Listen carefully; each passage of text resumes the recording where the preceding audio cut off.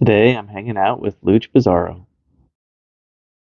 Luch is the fourth furthest shot putter in Penn State history, with a PR of 1983 or 65 feet and 3/4 inches, surpassed only by legends in the shot put world of Joe Kovacs, Darrell Hill, and C.J. Hunter. Luch has scored in the Big Ten championships both indoors and outdoors. Luch is one of the most cerebral throwers I have ever coached. His mind and focus has been by far his greatest asset to his success. Yeah, but thanks for taking the time to come on and do this. So my first question is always like, what things do you do well? What's your niche? Like, what things you feel like you excel at? What's your secret? The one that's maybe not as unique at this level is I think I've always had the ability to strike a ball. That was like one of the things my first coach in high school, he always said, like, you can't teach somebody to throw hard. So I think that was one thing I always had and never really had to work on, but that's pretty common for this level. Yeah. There's not many people that don't know how to throw a ball, but maybe for the younger people, that's something. But I would say what makes me a little bit different is I think I just have a really good understanding for the technique. Like I'm a dork. I'm a STEM guy. So like the fun of the sport for me was kind of breaking down the technique and understanding the mechanics behind it, the physics behind it, and then just mastering that. So I think that's one thing that I do that got me to this level. For sure. So you talk about striking the ball. Like, a lot of people just don't know how to. You say, like, at this level, like, everybody's doing it, which is kind of true, but there is still a lot of underneath and, like, slapping away from it and stuff. But yeah, you consistently push through the ball well, which helps have a baseline, and like even like a half turn or something like that, you can hit them pretty good. So yeah, that's a good one. As far as like the technique though, how did you say, like, hey, I have a good technique of physics and biomechanics? Like, can you dive into that a little bit more? Like, where's your baseline for that? Yeah, so I think that's just something that I've worked on. So it's not always natural, but that's my mindset behind my technique and getting there. It just makes when I'm watching other people throw and breaking down my technical models. Like, personally, I've always kind of looked at Joe for majority of it, and then Darrell for some parts, and then for some of the older guys, when it comes to the finish, was like Brian Oldfield and Randy Barnes. Yep. So just kind of understanding it helps you glean out what's good and what's not, and help you adjust it to your technique. Right. And then when you're in practice, you can kind of like feel what's supposed to be there, and you kind of put it in a concise way, but like everything is relative to the ball. For sure. Like, that's how you have to view the technique is relative to the ball and where that is. Yeah. So I think when you're establishing a model, like a technical model, you said you touched on, hey, Joe Kovacs, Darrell Hill. So these are high achieving, 21, 22 meter type guys. It's like, okay, what things are they doing well? And then you want to also base it on, like you said, good biomechanics. So like, am I unbalanced? Am I using big muscle groups? Am I from the ground up to the strike? Things like that, right? So if you're analyzing, like, this is how I'm throwing, and then this is how good people are throwing, and where are those differences? Like, how can I get more out of that? Out of the back is another one, right? So you want to be efficient, but you want to create some speed, but wrap, stretch, but also wait on your right side so that you can actually work through. So I think it's a simple thing, but the other thing I want to touch on too is you constantly record, right? So what's your process when you record? Because there's a lot of people out there who's like, yeah, recording too much is bad, but you record almost every throw. You look at it, like, what is your process once you see a throw? Yeah, I definitely do agree that it can hinder people sometimes. Yeah. I think early in my college career, I didn't record as much. There was a period where the first coach I was here kind of stopped that, because I always coached myself in high school. I didn't really have a coach, so that was kind of like a habit. And I think it worked out for me. But I think in early in my college career, when we stress feeling more, which I always had good feeling, but that helped. But so now going into recording, I always kind of like and running, I'm quizzing myself first. So like after I'm done throwing and I'm coming back to you to see the phone, in my head I'm thinking about what did I feel, what did I do wrong. I'm quizzing, like I'm seeing, and then once I see the visual of the phone, I'm like, okay, that just confirms it. And then also maybe helps me to notice some other things, but I'm not always looking at like exactly what my body's doing. Like it's more like the feeling. I'm just trying to like find that where I lose the ball, rather than like my technique, just like where I lose the ball, and then pair that with the feeling is a big part, because everybody can record every throw and look at their throws, but it's just what you get out of it. Right. As the danger is always looking at what you're doing wrong. You know, it's like, oh, this is always wrong. This is wrong. This is wrong. And you just kind of fixate on the negative aspects of it. But that's what I like, is you feel, you take some time to like, hey, how was that rep? You evaluate, what did I did well? What did I maybe miss? And are my feelings there? And then you go confirm it on the video, right? And then the other time is just like, it's a powerful tool, because you might feel like you're doing it a certain way, like, oh, I'm not doing it as well as I thought I was, or something like that helps give you, like, adjust your feeling. So you're still in the circle feeling it, right? And I think that's the difference, is a lot of people want to be academic and see, this is what, Darrell does or Joe does, and I want to just look exactly the same, but you don't understand the cues, right? Yeah. And if you don't have your feeling and you're just saying like, hey, I just want to look the same way, you might not get any better, right? Yeah. So I think that's good. That's the process, right? Feeling what you're doing and then checking your work.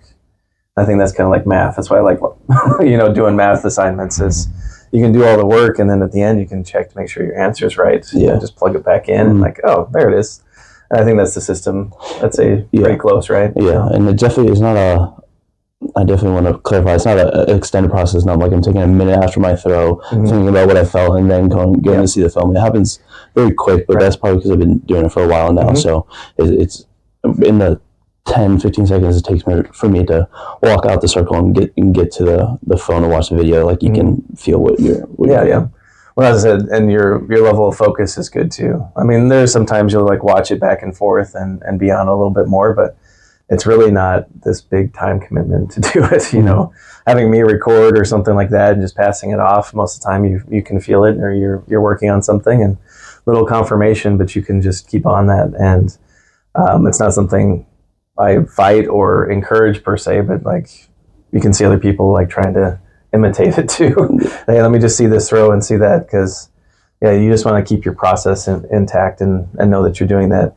So you talk about like what things do you like about say like Joe Kovacs's, maybe what technical things do you feel like he does well? So when I started spinning in high school, I had to be real with myself. I'm only 6 foot tall, and back then I was a lot bigger than I am now. But so I couldn't model after Ryan or any of the taller guys. So that's one thing you have to be cognizant of who's also your body type, because that gets into the biomechanics. You have different levers and stuff like that. So the main thing out the back was there's a clear like distinction between shorter guys and taller guys. With the shorter guys, like I forget who put it this way, so I can't give credit, but you got to think about, you have to get as much of your body outside of the circle as possible. So like that kind of goes with that wide right sweep leg. So like that's where I've always gone down the path of that technical model, and look how Joe comes out the back. And I take most of from Joe, I take most of his back to the middle and roughly to like when he's getting into power. Like I try to model most of that off of him, and then I can't finish like him because he's a lot stronger and more explosive than I am, so he can get away with a lot more than I can. So that's why, like in the finish, I always liked Brian Oldfield and Randy Barnes how they finished, because they used both legs and got vertical. And obviously that caused them, some turbulation or turbulence in there.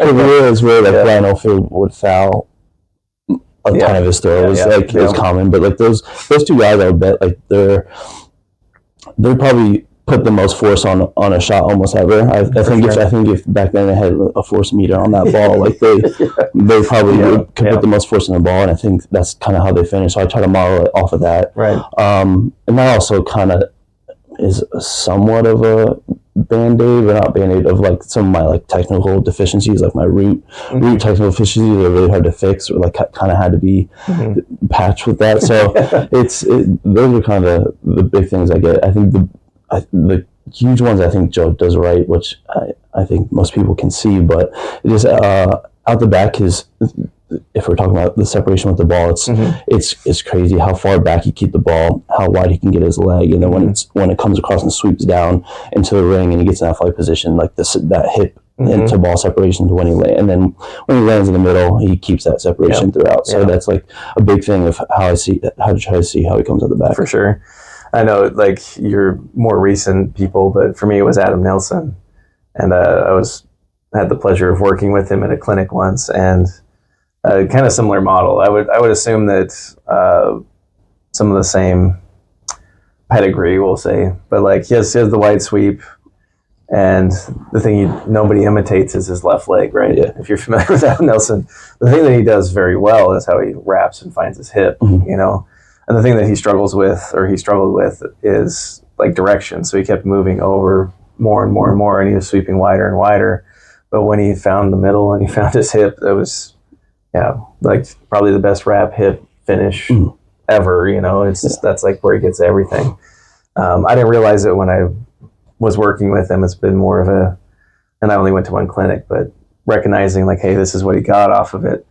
And he made this distinction too, because I'd gone to clinics with Oldfield as well. So I was like, well, Oldfield says to do it like this. Like, why are you different? And he made this distinction too of, you know, well, I'm a hip thrower, and Oldfield and like Randy Barnes are more of a leg thrower. Yeah.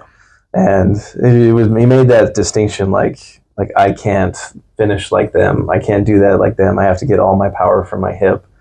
And I found that when you look at it, it's like, oh, that makes a lot of sense. You know, they finish here, but like it's not the same wrap, but like how they, like especially Oldfield, like strikes through it. Randy's, you know, I say a little bit more contained, but still, you know, threw very far. Both of them threw obviously very far, and a lot of far fouls. So and Oldfield, I don't know if you've seen his instructional video, but you see USC or something like that, or UCLA. Like those old ones. His old one. He's the one girl that threw like really far. Like that was his training group. Yeah, that was good. But he was like, I just didn't want to develop a demon of staying in the toe board. So he's just like, I'd warm up, and apparently he warmed up at an 84-foot throw at one point. So, but he was like 3 feet out of the ring. So just like, you know, like, I want to make sure that I'm, you know, a free spirit and I'm striking the ball. Good times.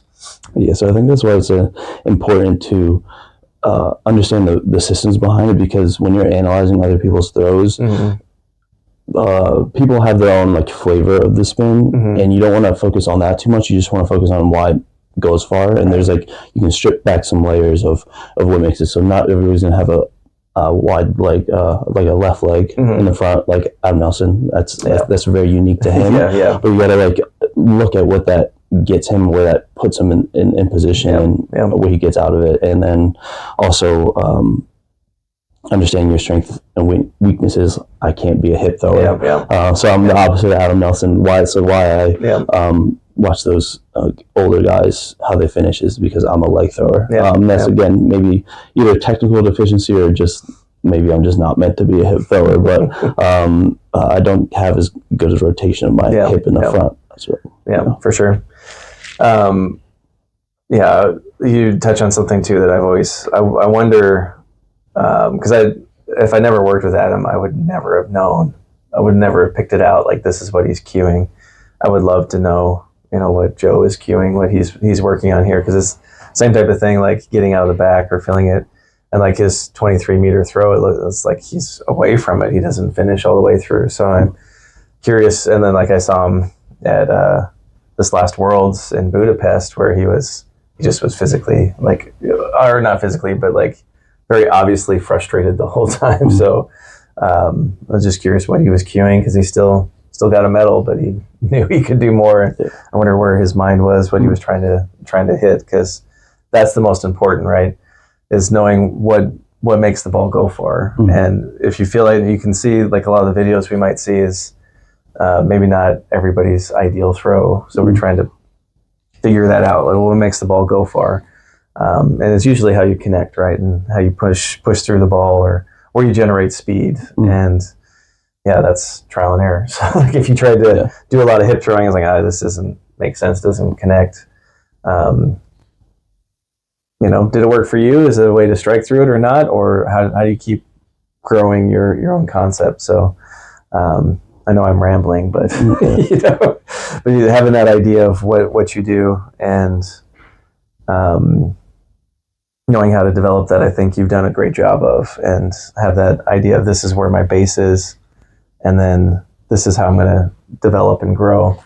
You want to speak on that at all? Any areas you felt like you've leveled up, as far as like, hey, I was throwing X in high school like this, and then when I got to college, this is what the difference was between 16 to 18, and then 18 to 19, things like that. There's a lot. You didn't have the pleasure of seeing me throw in high school. I've seen some video, and it was glorious. Yeah, and they're all held on my phone, so nobody can find them on the internet. But it was a very interesting technique.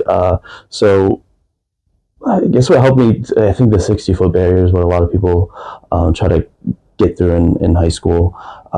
What got me there, I think it was just overall, I think just balance out the bat, like just everywhere. I think the big part that plagued me was just like off balance, inefficiencies everywhere. My throw in high school, I think I just finally got one I was on balance and could get through it. Again, I didn't have like a crazy impressive high school mark, so I'm not the guy to ask how to be a 70-foot high school thrower.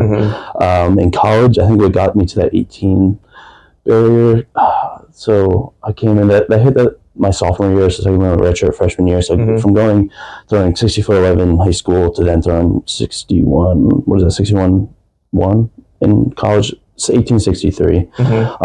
In that 2 years, were like, what did that? Because I feel like that's a big jump to jump 4 pounds and also beat my high school PR in for sure less than 2 years. I think the main part there was, I think that was when we were harping on the feeling. So I think I just started to feel the ball better in practice and just having better practices. I think also outside of that, in high school, like, I had a job, I had things, so I couldn't take it 100% seriously. So like I was like a real track rat for those 2 years. Like I was just soaking up everything, like all the knowledge I can get, just having good facilities, and I can practice consistently year round, no matter the weather and stuff like that. So that just all kind of helped into getting that, and then trying to fix some technical deficiencies there. But I think, do you remember what those deficiencies were? That so I'm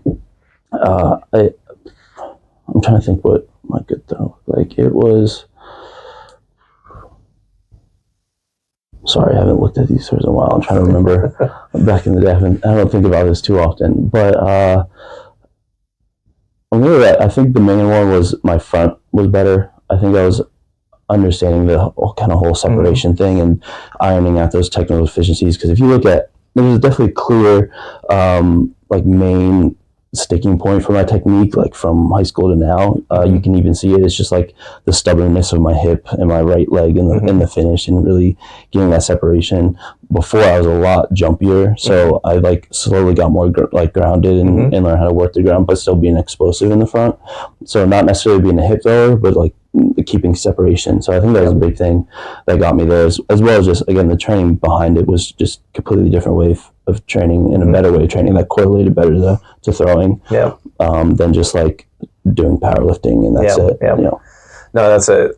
I know last year starting to work with you, it was a lot of, your foot was placed and it was almost like pointing backwards at the back of the circle, and then it was just, arm and kind of a jump out. You're like, I gotta rotate this in and feel, like you said, some wrap, some separation, some transfer from the hip, and so you were hammering that pretty heavy, and feeling that, and feeling like, hey, the ball's behind my hip as I finish around.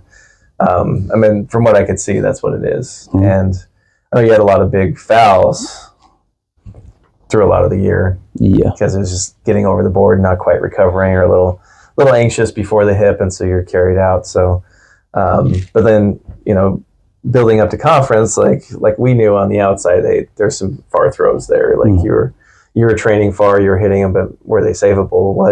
Walk me through your, or maybe we can get to this later, but your PR throw, your best throw. What do you feel like you did technically there? Yeah, so it's definitely a big jump. That was a 2-year gap between my 1863 and then 1983 at the end of last year.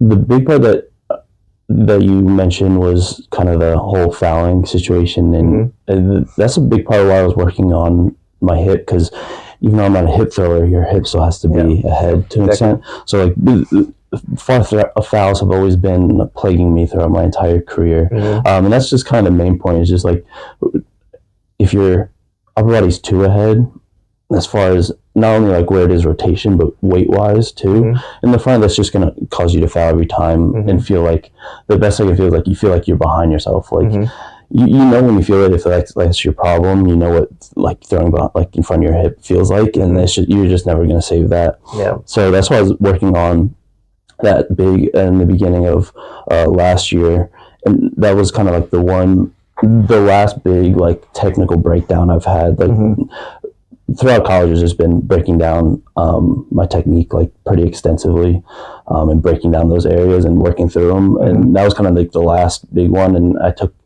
it was good. I had a little bit of time before you got here, just because like we were transitioning coaches. So there's like a good like 3-ish months we didn't have a coach. So I used that as a time because I didn't want to like start progressing in a different technical area and then have a new coach come in and they don't want me to go that way. So I was like, okay, let me strip down the most fundamental that everybody can agree on, is that my right leg sucks and I have to get it better.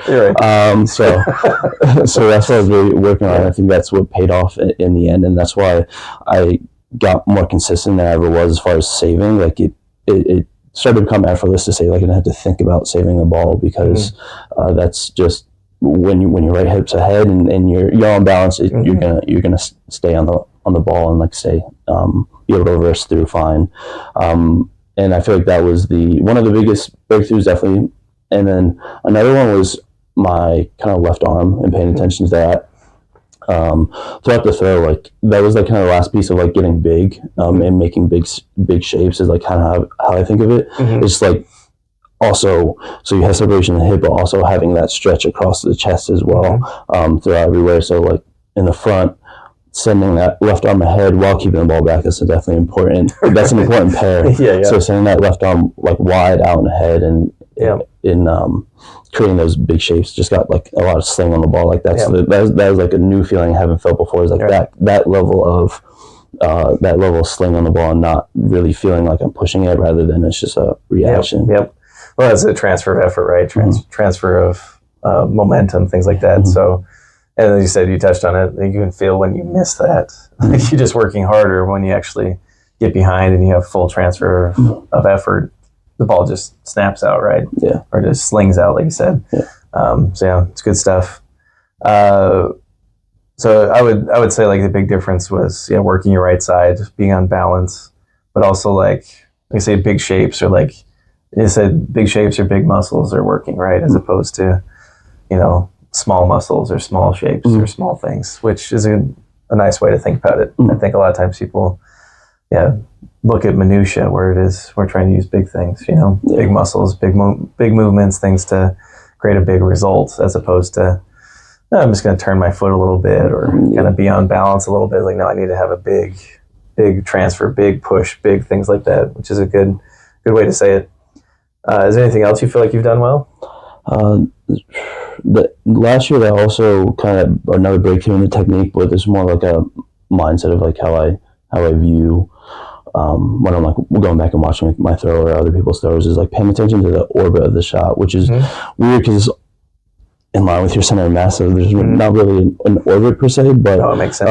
It's not like this where you can easily see it, but like I never paid attention to that as much as I did last year. As far as like sending the shot out in big orbit, like, goes with the right leg.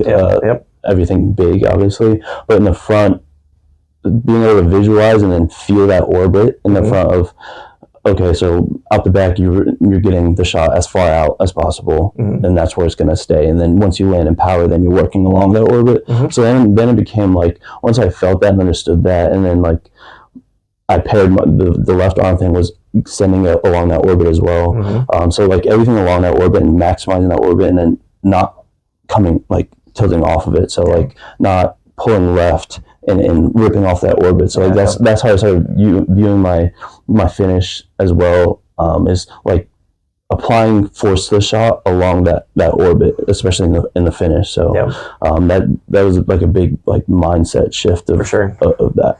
No, and that's something that I say, thinking about the orbit in the shot is an advanced skill.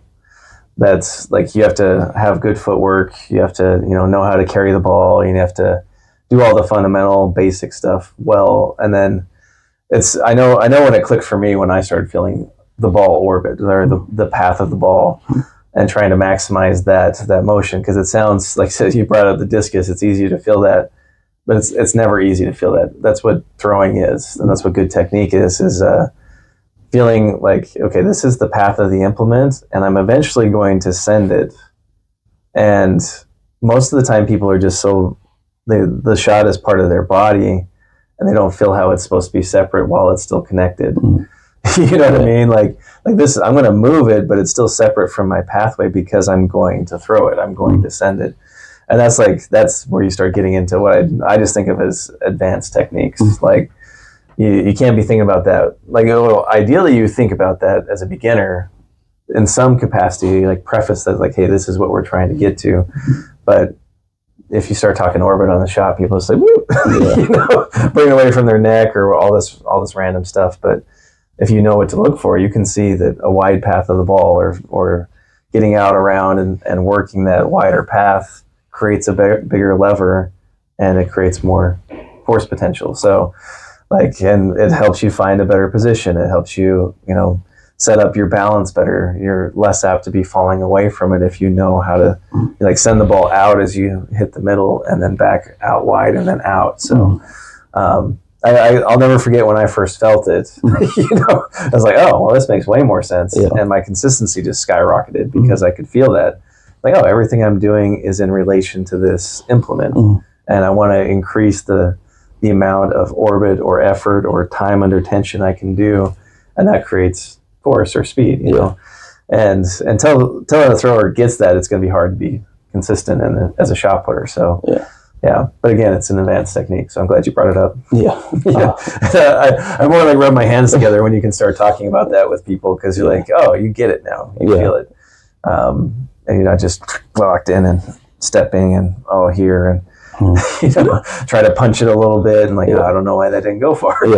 Exactly. You kind of stumble upon it, finding a little stretch separation motion and allowing that orbit to happen. So that's a good one too. Yeah, for sure. I think along with that is like, that's just one thing I never thought of, but it's very common for people to have like the mindset of in the rotation to, okay, in the finish, you're gonna land with a bunch of wrap, and then you're gonna throw it like a glide and get linear through the ball. But like one thing that helped me think about it different was like, you're being rotational everywhere else. Like, why would you want to like ruin that? Because like once you go off that orbit, like then it's a suboptimal path. Because like you're now getting into like the nerdy part of it, like the weeds. But like if you're going off a physics problem and you're rotating something along a circle, its tangential trajectory is always going to be its like fastest. It's going to have that's going to be the optimal path is releasing out on the tangent of the circle. So if you cut that and try to release it, not get the full radius and cut it shorter, that's just going to be a suboptimal path. So that's kind of how I started thinking about the throw, was like just creating those orbits and those paths. And I think that's a big thing of not trying to be linear. But again, it's easy to. That's like a higher level of thinking about it, but it's easier to start to think about those things when you're not worried about like not falling in the circle. So you definitely have to be at a certain baseline where you can start worrying about those things. So for me, like when you're saying that, because I agree with you, and when you watch video, you can see like most spinners don't get linear, and so everybody's like, well, just think of, can we get forward because the sector is the way it is. So like you have to have direction still. like you have to send it out in a way. But yes, you've built rotational inertia, right? So it's going to keep on that path, but you do have to get it out, right? Otherwise, it would just keep turning in a circle. So like, okay, there's a moment where we get out still, or we're going to have direction on it. But even then, it's still going to be rotational. Yeah. And you don't want to, and the thing you see a lot is like people throwing, like the elbow is now out instead of behind it. And so, yeah, knowing how to move the ball through that path and then continuing that, I think you have a good idea, but it is hard to hit, right? Like you're going to lose that a lot. But I mean, it is, again, this is advanced technique type of stuff, and feeling that motion, or knowing like, yeah, I built inertia, or I built this motion. You don't necessarily have like a fulcrum, but that's what everybody talks about in a block is like a way to like stable and around. But most of the big spinners, it's a softer block, right? They're not, it's not a stable forward block. You get some of that around your center.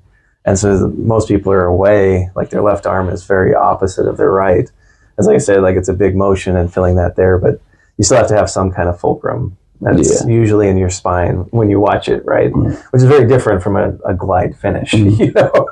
But I think that's kind of a way people are trying to make sense of it, I guess, or trying to teach it.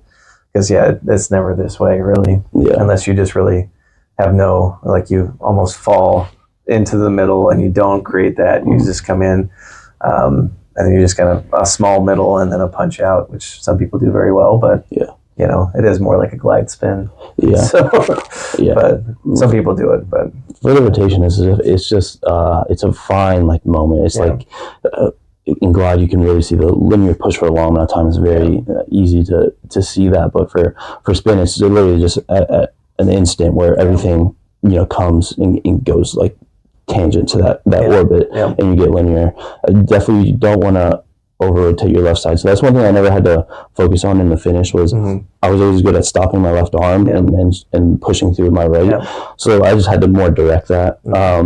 But I guess, and that's maybe also my opinion, that you have to finish like that rather than like a standard. But I always had the mindset, I think, I don't know if I'm going to pronounce his name, but this is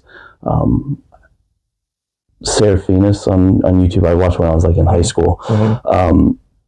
But he always said like, made sense to me is like, why would you rip off your finish, and that eliminates your muscle group of your chest if you're finishing like this, because you can't activate your chest if you're like this. You need to push through. And that's that's one thing where it's my flavor of this spin, because I'm not a super strong guy, so I can't afford to cut off my chest and just push through like that, because one, I'm not throwing fast enough to where I can just let like the momentum take the ball, and two, I'm not strong enough, so I need to put everything on that ball I can. So that's just like my kind of tailored thing of why I do it, but not everybody is going to throw that way.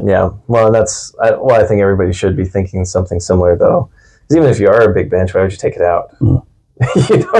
Like if you have strong muscles, you don't want to take it out. You don't want to be at a disadvantage. And I think that's the point of maximizing your technique, is maximizing your mechanical or technical advantage, and moving in a way that you are comfortable with and are strong, and able to move. So because even if you are weak, you want to still get all that you can out of it. So I think that's a good takeaway for anybody, but some people don't respect that, the same way. Like, it's not a big deal. I think that's the key takeaway, right? Is if you can get a little bit of finger push on it, you should add that to it, right? Even though it's a small little flick, but we all know that matters, right? So getting that in there, so that's good. Any other things that you feel like you're done well at? Those are kind of like maybe all the tangible things, like if we can look at technique, progression and stuff like that. But as far as there's like a whole another part to being an athlete, and that's just kind of like the mental side of it, like how you think about things, your training in general. I think one maybe thing that helped me with, like, I'm not too much of a head case when it comes to in meets. Like I'm pretty level-headed, and I also don't get too like upset about a result, about a negative result. I think just one, because I'm not focused on distance, it's always a technical thing. So even at my PR throw in Big Tens last year, I look back at it, I hate it's an ugly throw. Like, so I wasn't that ecstatic. Sure, it went far and it's like cool, but I was like, oh, it's so ugly. So like, but that's just because that's the motivator for me. So that, like, just paying attention to the technique and not where it goes, paired with like being able to create a process and like just see it through. Like it just helps me. Like, I'm just a long-term thinker, so I'm not like seeking immediate gratification by any sort of distance or anything. Like, yeah, obviously I want to raise those minimums and progress, like overall progression, but I know that, you know, what I'm doing is going to lead to a far throw when it needs to happen towards the end of the year. And, you know, sometimes you miss it. It might be off, but like regionals was one I missed it last year. It was like training up to that, I was throwing amazing, and then just on the day it didn't happen. But like, kick the ground. Just being able to think long term and just be kind of technically focused was probably one thing that helped me not really get too in my head about competing or too in my head about just not if I'm going through like a plateauing or maybe I'm degressing. I'm not like to worry about that or too in my head. It's just like continue to go forward. No, I think there's two major things to unpack from that. The first is be process oriented. Don't be outcome oriented, because yes, we want an outcome, we want a far throw, but really the only thing you can continually affect is what you do in the circle. So just stay focused on that, right? And if you're not ready to throw far for whatever reason, like you're not prepped, you're not there, you're still working on something, you want to continue working on that even though you want to go on a trip, the process is still the most important, right? And then the flip side is like everybody like, hey, I want to throw a PR every weekend.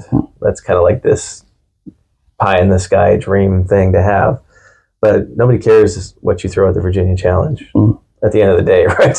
So like, don't sweat it. Like, you can be awesome if you have it, but don't beat yourself up if you miss. You know, we miss all the time in practice. You know, all the time. There's lots of failures that happen. It's irrational to think that you're not going to have mistakes in comps too. So why would you beat yourself up about it? You don't normally do that in practice, in training, or, you know, in little things in life. So don't think that this is this major stage. I think the other thing that you've done well, at least in the time I've been with you, is you've competed well at conference. You know, you've competed well when it matters. What do you attribute that to?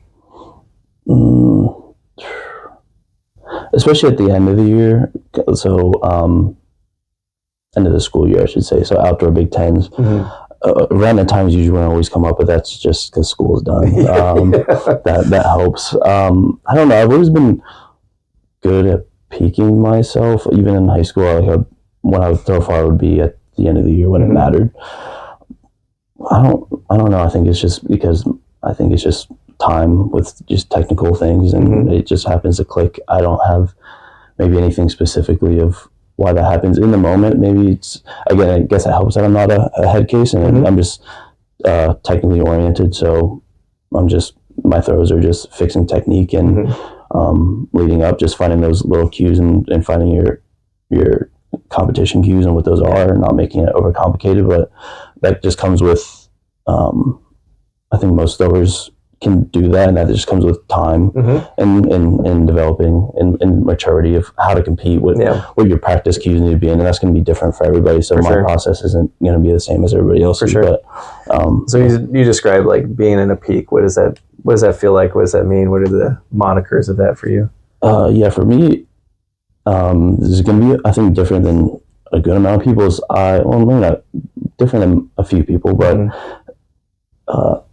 the main thing is my body doesn't do well under load. So once I put the load off of it, the performance kind of goes up a lot for me. And so that's why I think peaking for me is super easy. Peak me. It's just like, okay, deload me, and then I'll come up. And that helps with when school's done and I can, get a good amount of sleep and all that. So like, it's really easy for me to pop up.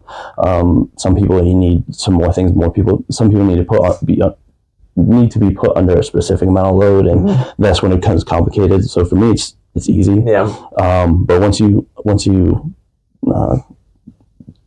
take a load off me, I'm good. Yeah.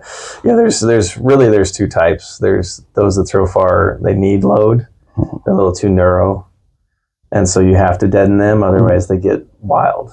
And then the other type is, like the deload, where, but it also comes like the rational mind, or you would think like, hey, we want to be springy, we want to have like a good vertical or some moniker of that, but that's not always when people throw far. But that makes sense if you're feeling good moving fast, if your technique is stable, that makes sense why you would throw far that way. Yeah.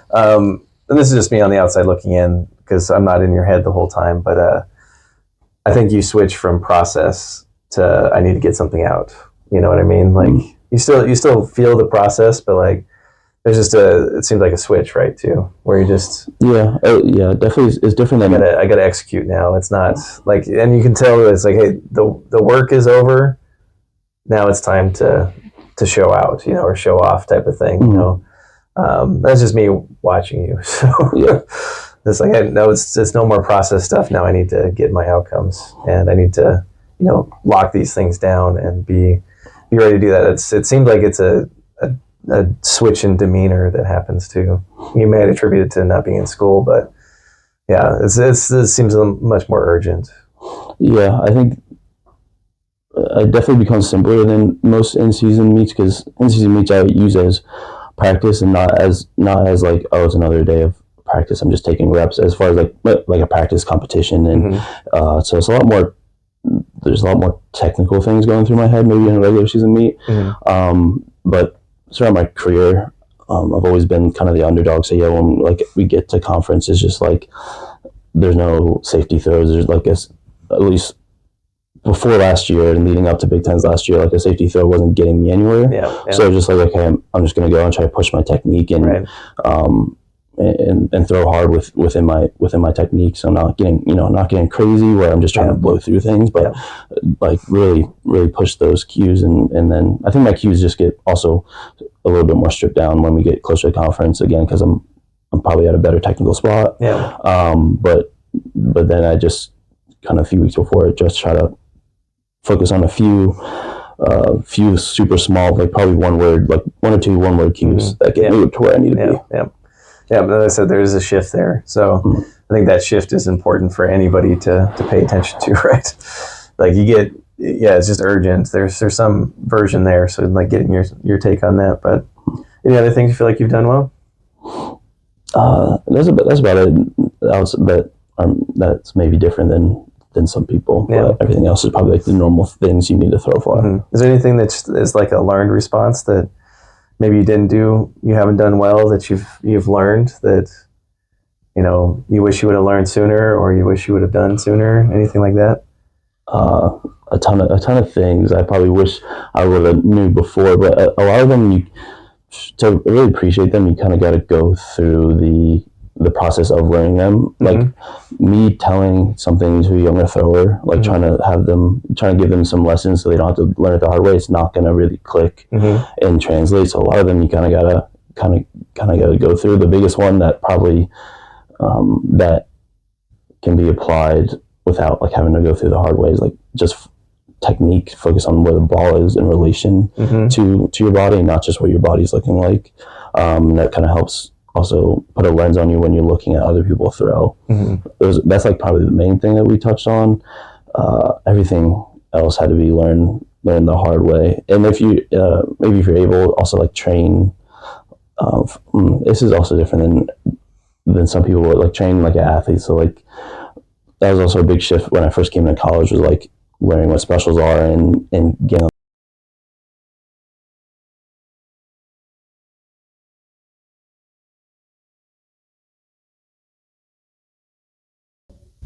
I'll start with the longer story that kind of all plays into each other, but kind of goes into like how I got here, and maybe the story isn't as unique. There's tons of walk-ons in the NCAA that turn into something, but for me it's funny because my junior year of high school was at Penn Relays, and I was, just starting to throw a little bit far, not far in the grand scheme of things, but for me, as far as like 40 something, 40 mid.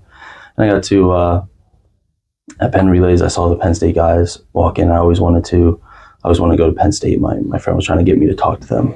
And I'm a shy person, as far as when it comes to going up to people. So I didn't want to. And then he goes over and he goes, "Oh, my friend throws."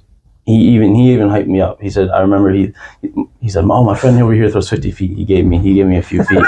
How far does it take him to get on to Penn State? And it was Luke Grodesk at the time. He just goes farther and walks away and he goes into the porta potty. It was funny. And just like no care in the world. Yeah, at Penn Relays, yeah. And he didn't give me the time of day, and I wasn't mad at it. He wasn't wrong, but I was like, he wasn't even like a little bit nice. Yeah. He was just like farther. And then when I finally got on the team, I got to walk on. I got to meet Luke. He was here. His last year was my first year here, and that was a funny story. I got to tell him about that, and he didn't regret a thing he said. He was like, if you're coming up and ask me how far you have to throw farther, and that's how he was. He was a very straight to the point, direct guy, but he later that year he had to crush my dreams again and lay into me a little bit, because even though our group is pretty lighthearted, we joke around, and that's how I am. I guess I took it. Maybe I was a little bit out of bounds one time.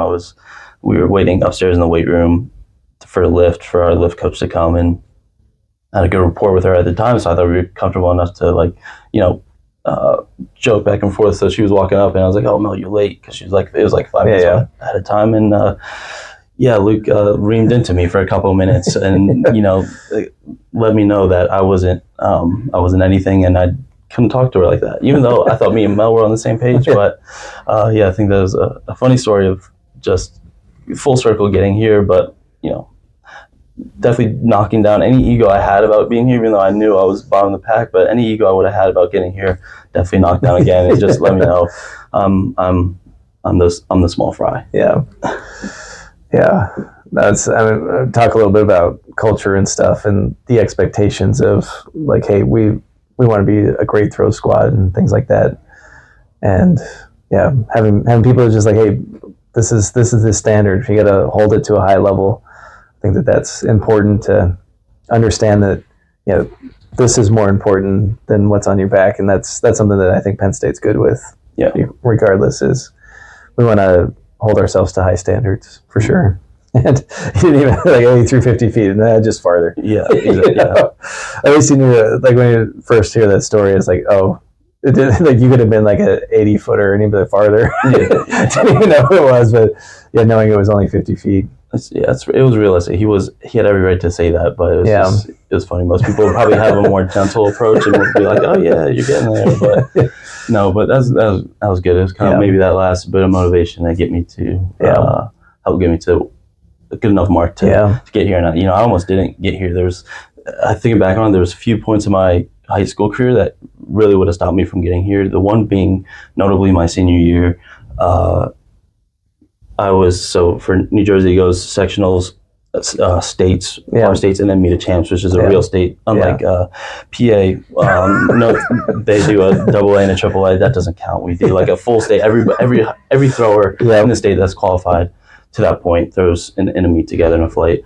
But at sectionals, at that first leg, I almost fouled out. I had 2 fouls because my spin was crazy at the time. We talked about I was uncontrolled and all over the place with my technique. But thank God, it kind of goes back to having that skill of being able to hit a ball as I could stand throw far as crap for a high schooler. Yeah. So that got me to progress. And I think without that meet, we wouldn't be talking right now. If I wasn't able to stand throw far enough to make it to that next stage.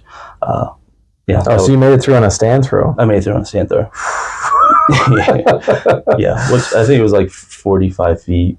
Okay. 45, 46. Yeah, so I could stand and I didn't throw in context. I didn't spin much farther than that. My spin was like 52 is my PR. So at that time, that was pretty solid. And then 2 weeks later, I bumped up to 60-foot 11. So it's a common trend in legendary Luch, pull like big jumps. Out of nowhere, but that's it. Not necessarily out of nowhere. Like you see a training or you have fouls or whatever, and like you have an idea of what the motion is even back then. And if you ever see Luch or whatever, you got to see some of his old videos. You talk about like rags to riches, or technique was is crazy. It was really bad. It's good to look back on. I like, it's funny to have all those videos still, just literally from, I think I might have maybe one of the first few sessions of starting spin all the way till now. So it's good to kind of put things in perspective if you ever need it. But that's kind of a testament to appreciate technique, respect the technique. I always say this thing, respect the dojo, and the dojo respects you. So the dojo is the circle in this context. So just, do right by that. And it really simplifies the sport and simplifies your life, is paying attention to technique. That's why test got me here. And I'm finally at a point where I can look at my throw, like squint, and not be like grossed out by it. Like it's finally where the shape and the motion is like kind of to where I want it. Now once I look at it, there's a million and one things I can point out, but it's fine. I finally, that's what happened last year. That was like the big step last year. Like I finally kind of got into that final form of my technique, where now it's just perfecting and optimizing areas and just making it efficient and fun, eliminating any inefficiencies within the system. You sound like a final boss. Final form. This is my final form. Where I'm finally happy, and I'm really critical of my technique, which I think is necessary. But so it's finally not looking hideous, because at the end, I think my goal of throwing was never to. My motivation was never to like beat somebody. Like, I'll say I beat you. That doesn't give me that reward. It's always just to leave the best technique behind, and as I'm closing out my career, like I hope I get a throw on record. That's like I can leave being like, okay, I'm happy, like that represents my throw. Like that's my throw. And like the satisfaction of, like, for me, this is again more of a mental thing, like reward.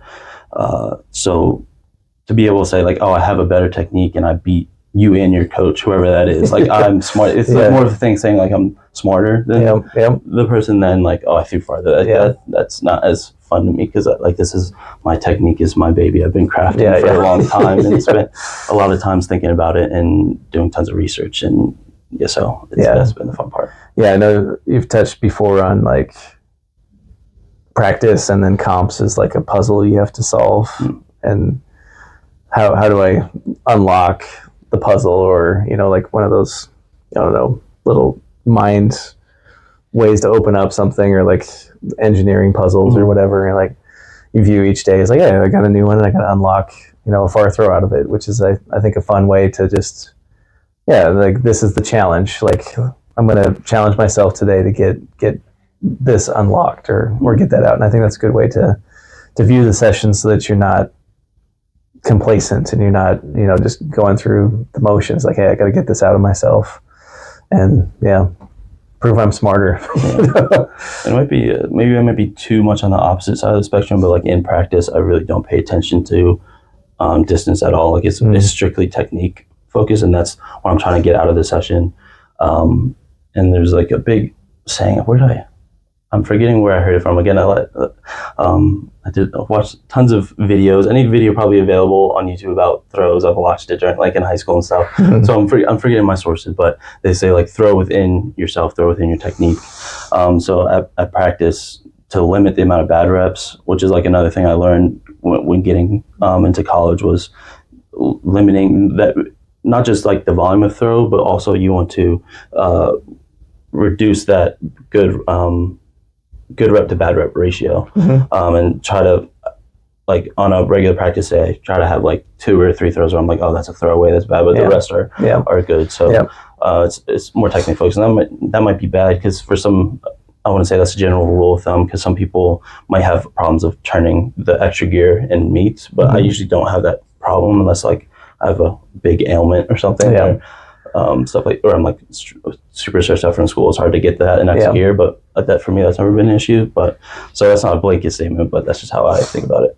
Well, and I think like a good way to think of that too is I view it like a bank account, and you can keep depositing by good reps.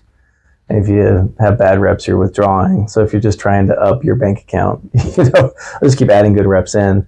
So to get to a point where you're taking out too many, you're withdrawing, and that's kind of how it feels at times. So a lot of times I got to stop it before I keep, I got to start saving again. And maybe that's doing some drills to end with, or, resetting it to just do a small, deposit back in. And then, the next day try to just keep depositing back to build your bank account. If you take too many withdrawals, too many bad throws, and too many unfocused or non-intentional throws, or like, I'm running out of gas, I can't push around as hard or something like that. Like, I'm going to stop the withdrawals before they become excessive. So I think it's a pretty good mindset as long as you're constantly trying to deposit. So there's a lot of context with that, and there's a lot of nuance to know when these things happen. Yeah. So this is not a blanket statement, but that's kind of how I go about it, and it usually pays off. I'm a technique always pays off kind of guy. Yeah.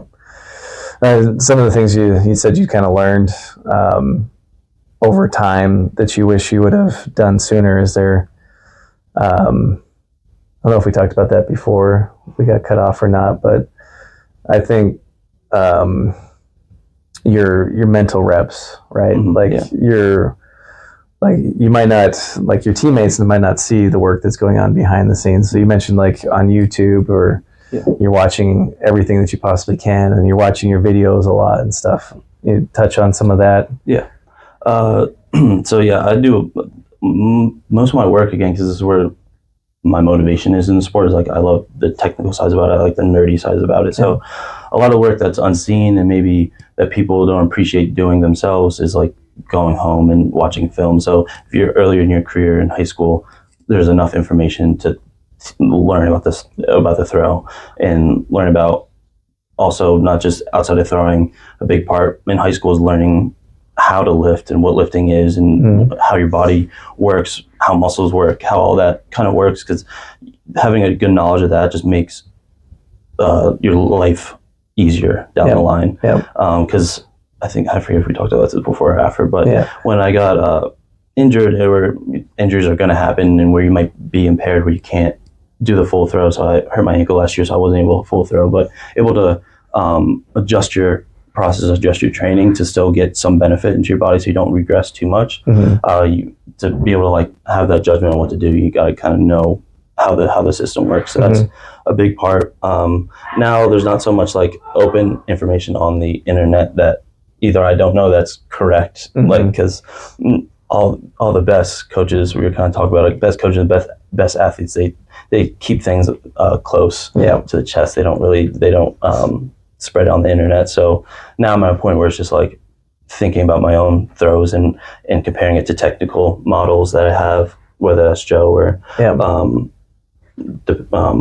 other throwers, depending on the area. But going home, watching the film, and then thinking about it and trying to contextualize it with the feeling, and then looking at what you're doing wrong, and maybe if you're comparing it to your technical model, when you're watching them do it right, I try to feel how that feels to do it right, and try to feel what they're feeling.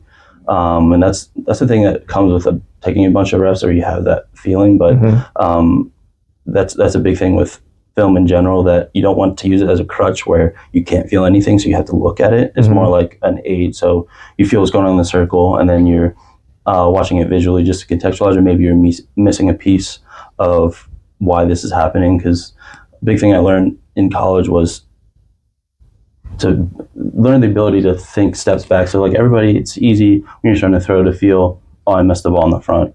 But most likely that problem in the front is coming from somewhere back along the chain. So having the feeling and having the knowledge to be able to track that back is a big part too. That's a big thing for me when I could tell like a pretty novice thrower compared to a more experienced thrower is when they get done a throw, what they like what they say they feel. Yeah. Because if it's something superficial, that's usually in the front of the ring, like I'm feeling, I'm off balance, I'm missing the ball, whatever. Like it's happening somewhere behind in the system, but they don't know to either try to feel that or they can't feel that. So that's a big part. And I think a big thing that helped me kind of cross that 18-meter barrier was really paying attention to the back of the ring more than I have been in high school, and perfecting that.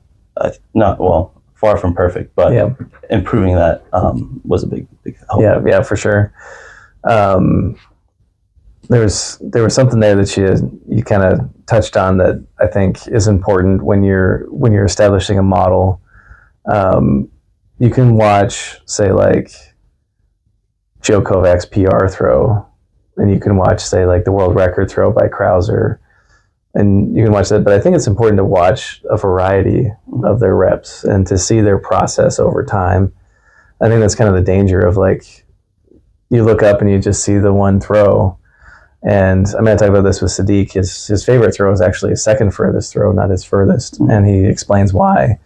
And to get that experience is invaluable, to have somebody who's like, hey, this is your furthest throw, why isn't it your favorite? You know? And like, this is something you've touched on too. You don't even like your PR throw. Yeah. Because it's not quite to that model. And I think when you see people who are high achieving and you can kind of see the process of that, and like somebody's posting a video of your progress or their progress through, and you can kind of get a sense of, well, this is how they got better.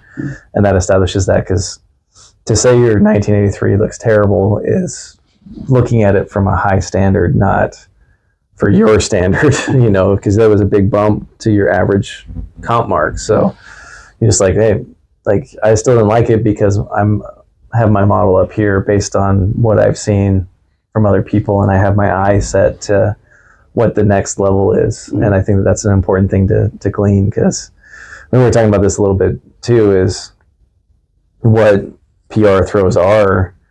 We don't know what, say, like Joe is cueing or what he's focused on. And sometimes your intention of what you're working on isn't actually what makes it go far sometimes, you know. Not that people are thinking about bad stuff or the wrong things, but like you might be thinking, say, like, I'm just trying to keep the ball back, and you inadvertently work on a good orbit and it just goes far. And like, I was just trying to keep it back. And so you're back, but then like falling over or something like that, and you're off balance. You're like, well, I was thinking back, but why isn't this going far?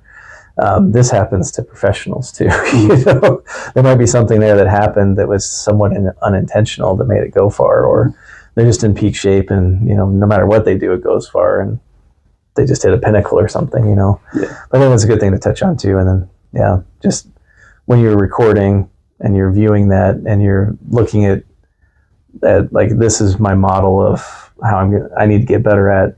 I think the next point is, what's the most important thing to do? And you're like, hey, I've always had a good front, but I keep missing the front because my back is faulty. And your back sets up your front. You know, it's already hard enough with momentum to fill a good middle, but if you don't have a good back, you know, you don't really have a choice. You're just always going to miss them. So I think that's something you've done very well too, is understanding, like, I'm just working on the back, and if I miss the front, it's all part of my process. Like, if I set this up, I can find the ball here, and maybe I'm 1 out of 3, but you know, that's where I need to be at, you know? Yeah.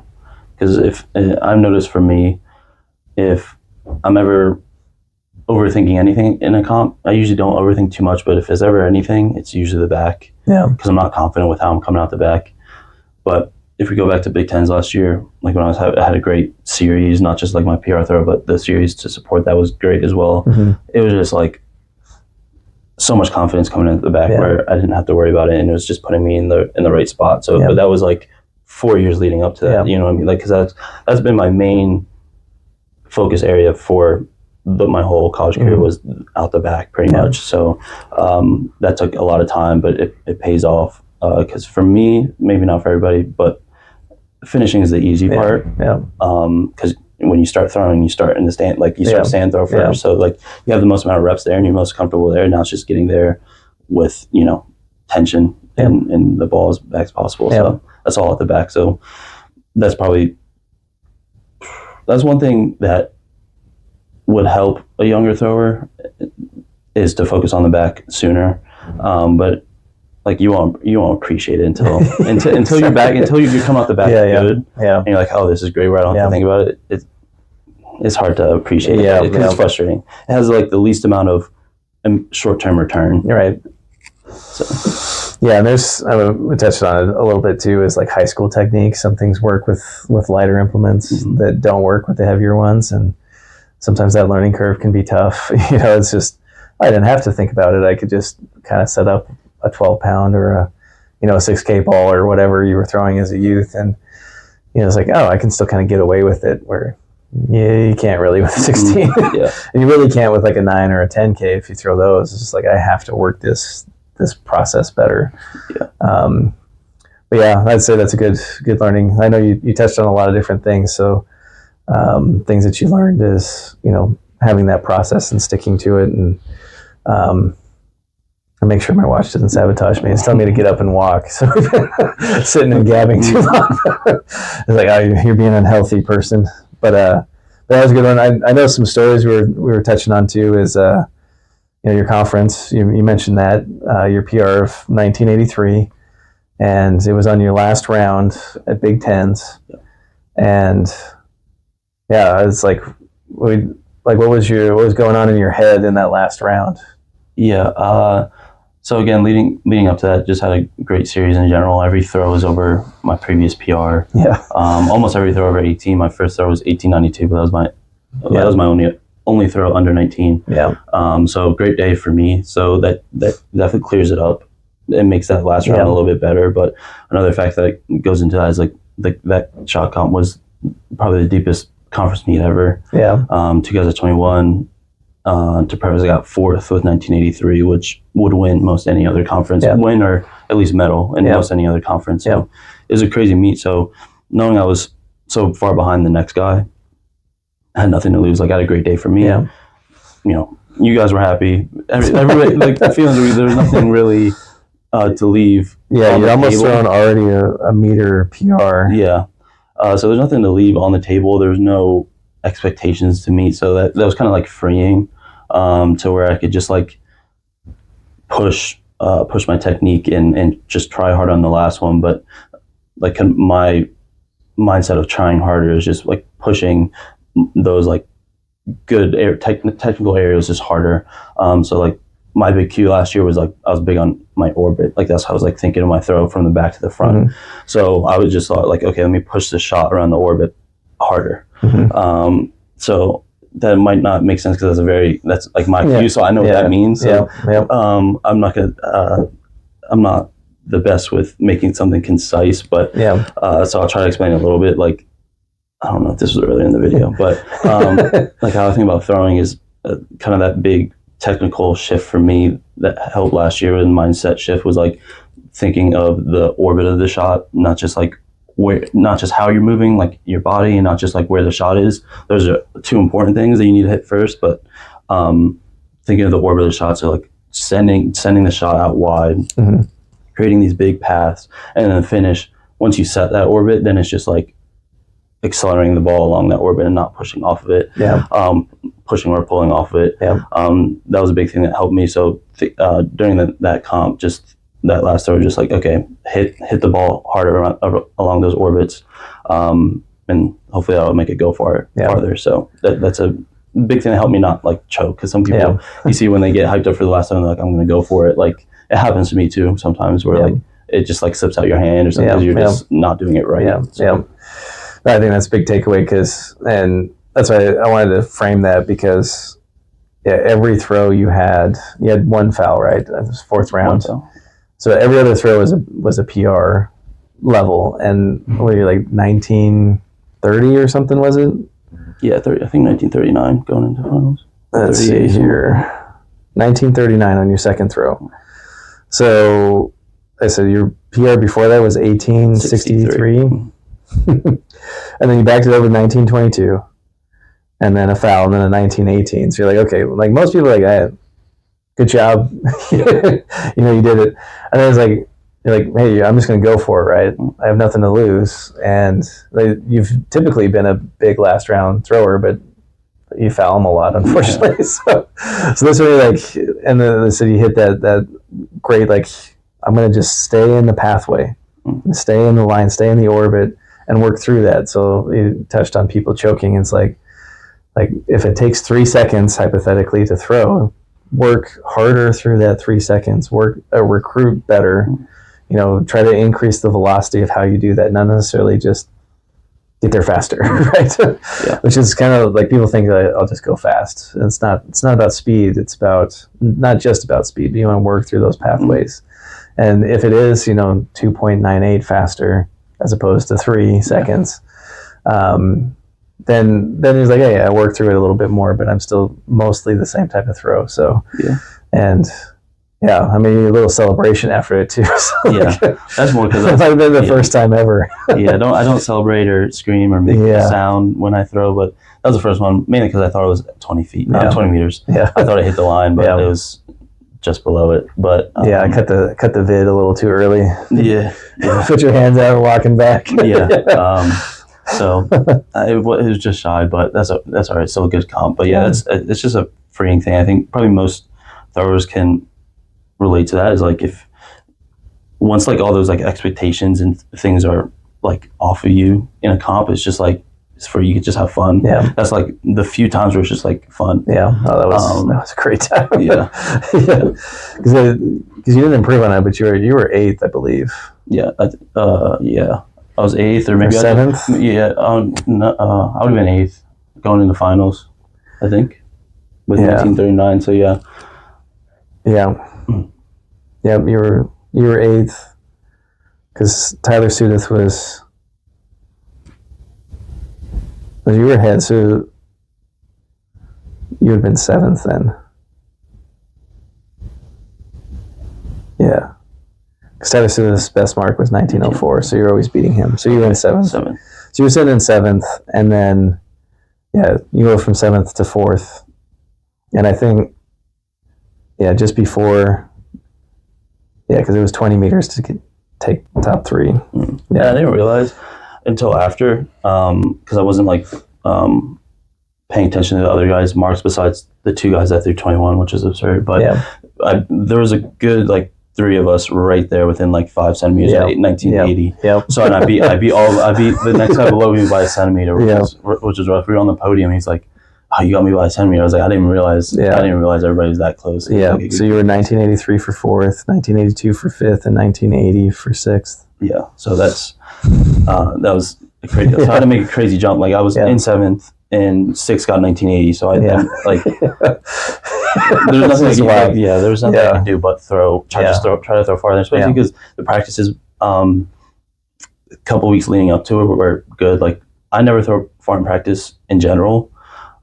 Because I usually just get another gear in the comp, but I was actually having really far throws in practice, and that kind of goes into the technique thing. Like I was just at a really good technical point, so it was just like easy. So I was like, I know I can hit one. So I guess the confidence is like where I've seen myself do it before, and then just having like a pretty freeing meet where it's like I threw my best throw of a lifetime, had a great series. The energy was just great there because all the guys were throwing far, so it was just a fun meet in general. So just having that like just positive like emotions and just in the last throw just go fun and kind of just throw far. Anything. I would love to say I planned it, but I didn't. It just wasn't anything scientific. I planned it. I planned it. So no.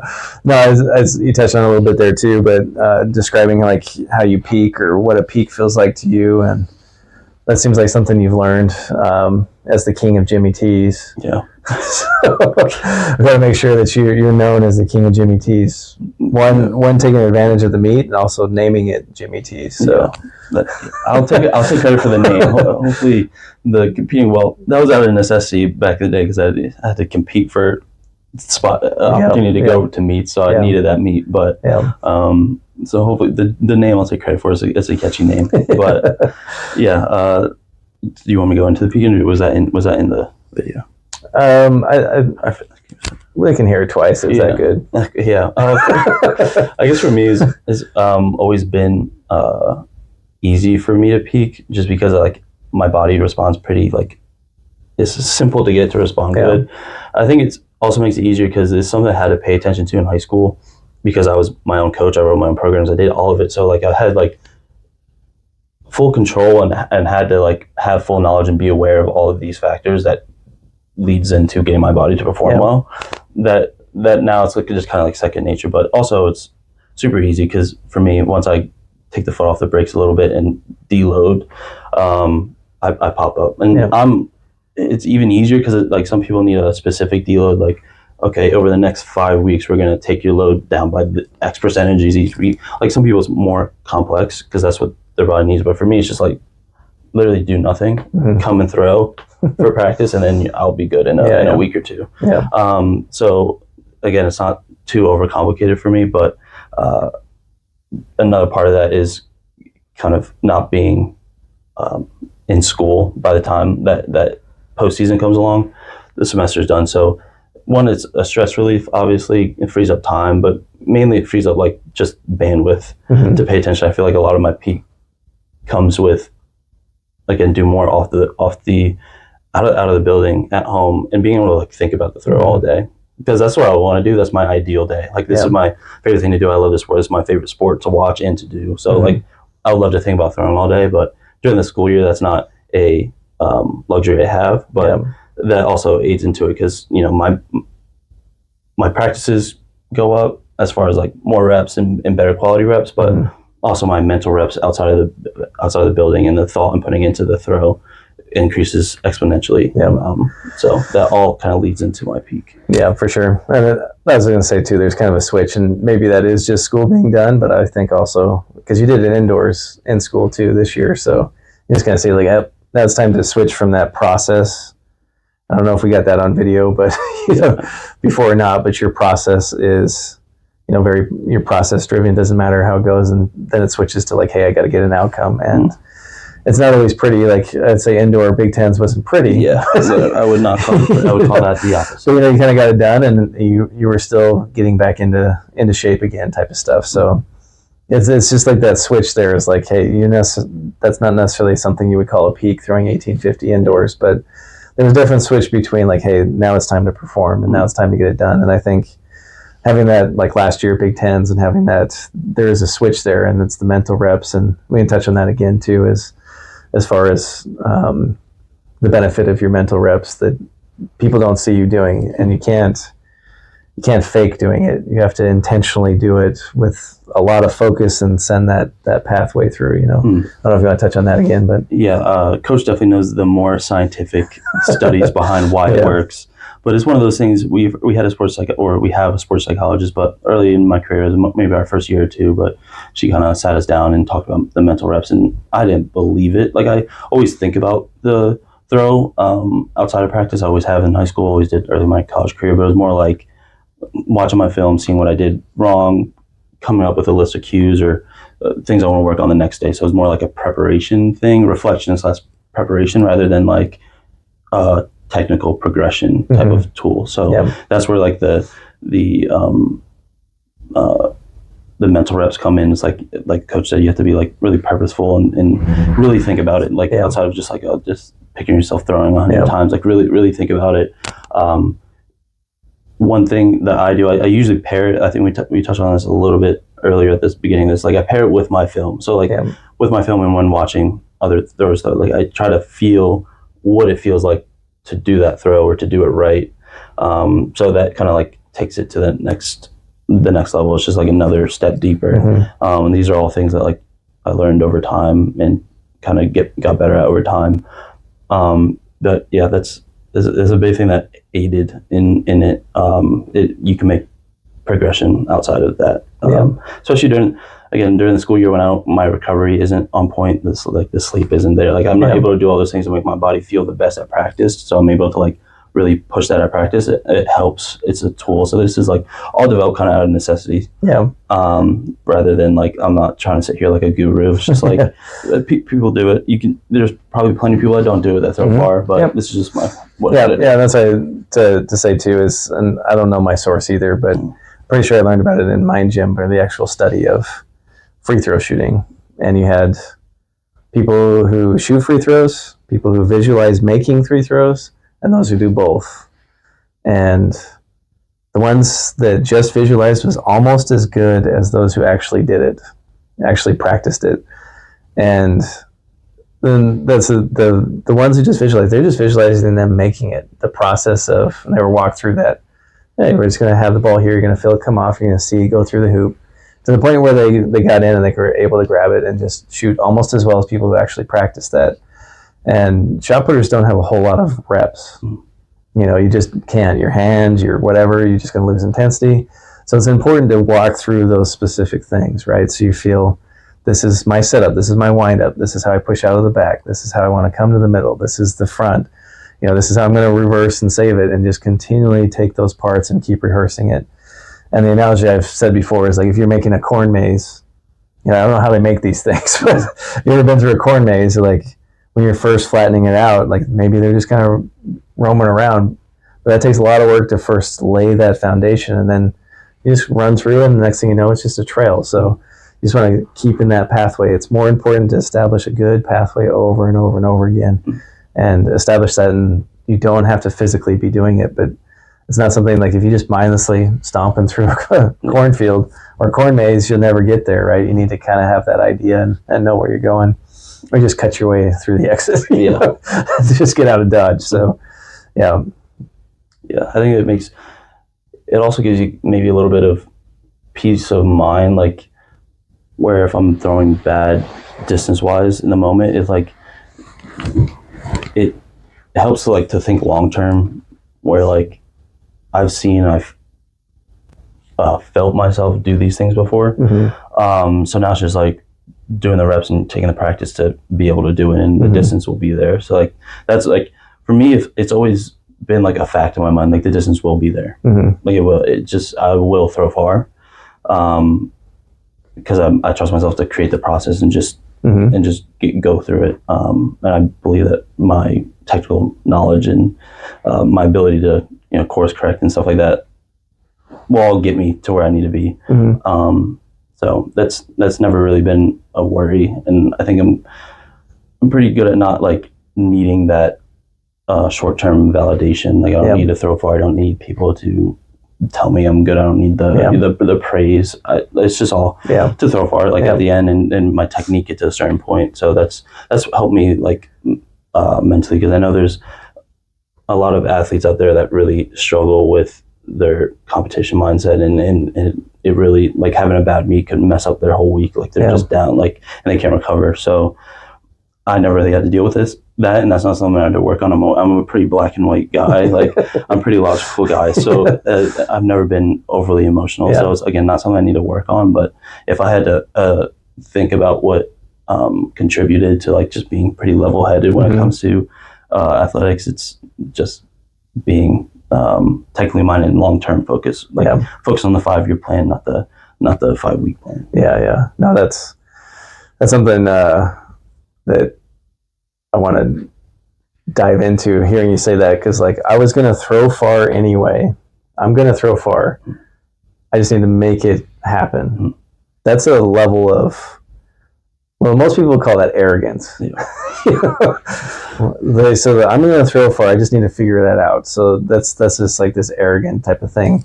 But it's, and hopefully you don't take that. So the confidence of like, I'm going to do it, but like, you've never done this before, so like, I'm going to throw far. Well, how do you know that? Most people would just even that statement is just so, I would say, repulsive to, is like, oh, that's that level of confidence or that arrogance without foundational stuff. Where do you think that comes from? Because I think and I'd say this too, it is required to do well is to believe in yourself like that. So the fact that you just said it just nonchalant, I want to come back, is like every good thrower I've ever coached believes in themselves before they get to that point. Yeah, I would, and this is definitely not outwardly. I never have went up to any of my teammates or anybody and been like, I'm going to throw far. These are not things that are said out loud. It's just in the background, behind the scenes thing. Like I threw 64 feet my freshman year of college, like to me, that already happened because I laid out the plan that I was like, I'm going to throw 64. Yeah. I put the plan in place to throw 64. So I already threw it. Like that was already benchmark. That was hit. I was just on the way there. Yeah. So I didn't walk around with the attitude of, I'm a really good thrower, I'm the best thrower. Like I was still super critical. Yeah. My short-term focus, my what I'm focused on in the moment is all like getting better, progressing. Yeah. But long-term, logically thinking and having the like trust in myself, not even trust, like it's just I did the work. Yeah. I did not even like the physical work, more the back end, like learning the sport that I knew it was gonna happen. Just once I created the path, I know, okay, I'm gonna get there. And it's not like it wasn't even setting a goal. Like it's hard to explain. It's just like it's just what's gonna happen. Yeah, as I said, it's a commonality. Like I'm going to get there. I'm going to create the path, and then like the pitfall that all the naysayers will say is, well, what happens when you fail? Like what happens when you don't get there? You're going to feel foolish or something, right? Yeah, it's like the casino. Like you can only lose if you quit. So that's why it's important to do long term. Like, and I usually don't even set a time. Like when I'm thinking about these things, I'm not thinking about I'm going to hit this distance by this age. It's just like I'm throwing far is something that's going to happen. I just need to put in the work. But that comes with like you have to be the type of person that is like self accountable. Yeah, and you're working on being better, not to an exact destination. Yeah, because obviously, like I want to qualify for USA's. We know what that mark is. Yeah, but I don't know specifically what 2025 is going to feel like. But like I'm just going to get better. I know I'm going to be good. I'm just going to make sure I keep getting better. And that's what I said. That's the accountability aspect of it. But I'm glad you said that because that's something that is understated so much. And people like yourself, you're not bragging about it. It's just belief. Like I'm going to be good. And you're talking about throwing 50 feet. Exactly. And oh man, I hope I can one day be a Penn State thrower. And like I'm going to do this. I'm going to make it happen, as opposed to being entitled to it. Like, no, I'm just going to keep working hard and make this a reality. Yeah, because that like belief and confidence has to be paired with a certain amount of being like really hypercritical and being really aware of what you do bad. Yeah. Because so if you have a long-term goal or something that that you want to make happen, you got to know what's wrong right now to be able to fix it. Some people can't see that. So you can't have, there's some people that I'm going to think, oh, I want to throw really far, and then also think they're the bee's knees in the moment. So then that doesn't pair. Like you can't think, you can have that confidence in the moment and then also have that like ultimate confidence long term, because you're not going to progress to get there. So you gotta really scrutinize everything. And you said a quote to me, it was last year, it was early when you were here. It's like, once you make the choice to be great, all the other choices are made for you. So I kind of butchered that. Probably. No, that's what it is. That was from Nick Saban, actually. He said, he's like, there's really one choice to make, to be good or not. And once you choose to be good, all the other choices make them for you. It's like every little choice that you make, once you've made the big one, they all make themselves. Like, do I show up to train? Yes. Do I now work hard at what I was working on yesterday? Yes. All these decisions make them for you once you make the big choice. Like, I'm going to be good. Which is cool. I don't want to. I'm getting forgetful in my old age. I've got partial Heimers, but there was another one I was going to say. Oh, what do you think a coach's job is? That's hard, because as I've been in college more and been exposed to more athletes, just it's so varying from. Well, you said it. Our job is to tell you what's the worst thing about your throw and help you get better at it, which is what you just recognized. You say I'm self-coached, and I recognize that, like, there's good things you want to maintain, but we get better by working on the bad things, and recognizing the downsides things. And when I first started coaching, I was just fixated on like, this is bad, this is bad, this is bad, this is bad, this is bad. And as athletes, they push back on me. It's like, well, tell me what I'm doing well for once. I'm like, oh, But that doesn't matter. You're already good at that. Yeah, that's how I view it. And that's how you view it. And that's always to say, is because you're self-coached and you've done a whole lot of your time, like in high school or whatever, you've recognized. But that's really a coach's job, is to get you to recognize what's bad and also encourage you to work on it. Yeah, and keep developing that. And that's like, because like, yeah, and you can talk technique, you can talk physicality, you can talk all, your mental game, you can talk all these other things, but really the coach is trying to get you to work on your bad things, recognize and value the bad things and your ability to improve in them.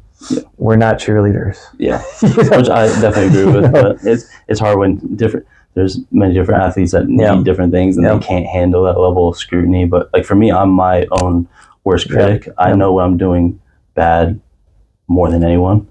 I should say we are still cheerleaders, but at the root of it, that's we're not a cheerleader. We're not just here to say how great you are at everything. Yeah. So anything coach points out is something I already thought about. Yeah. I mean, I don't need to hear what I did well, but when where the cheerleader comes in is like when the process is set years in advance and you're on that path and that path finally leads to somewhere, that's when it that's when the celebration and the cheerleading comes in. But in the moment, if you can't do yourself, you definitely need a coach to help you recognize those bad things, because the quicker you recognize them, the quicker you can fix them. Yeah. I think like the big thing that kind of shows that is, you told me a story of like when you started coaching Brooke, like that was such a long journey, but to lead to like a world champion 80-meter hammer thrower is insane. Like, and that's just like that's more of a testament than my path. Obviously, like she's been working on this for years, so that like there's plenty of those stories. And I feel like the most successful people, either with their coach or by themselves, get a plan in action, and that's just rolling for years and years and years, depending on. Yeah, it's amazing the shift too. Because you bring up Brooke, like there was a lot of teaching, and now it's more shifted to reminders. There's not a whole lot new, and like they say, like, hey, remember, we got to keep the ball back. Ball's getting in front of you. Like, okay. There's more reminders, but it's not anything you aren't thinking about, which is the right coach-athlete dynamic. Hopefully, is, hey, remember, this is the more important thing. Like, this is good, but this is more important right now, or whatever that is, and that's what it kind of looks like. So for sure.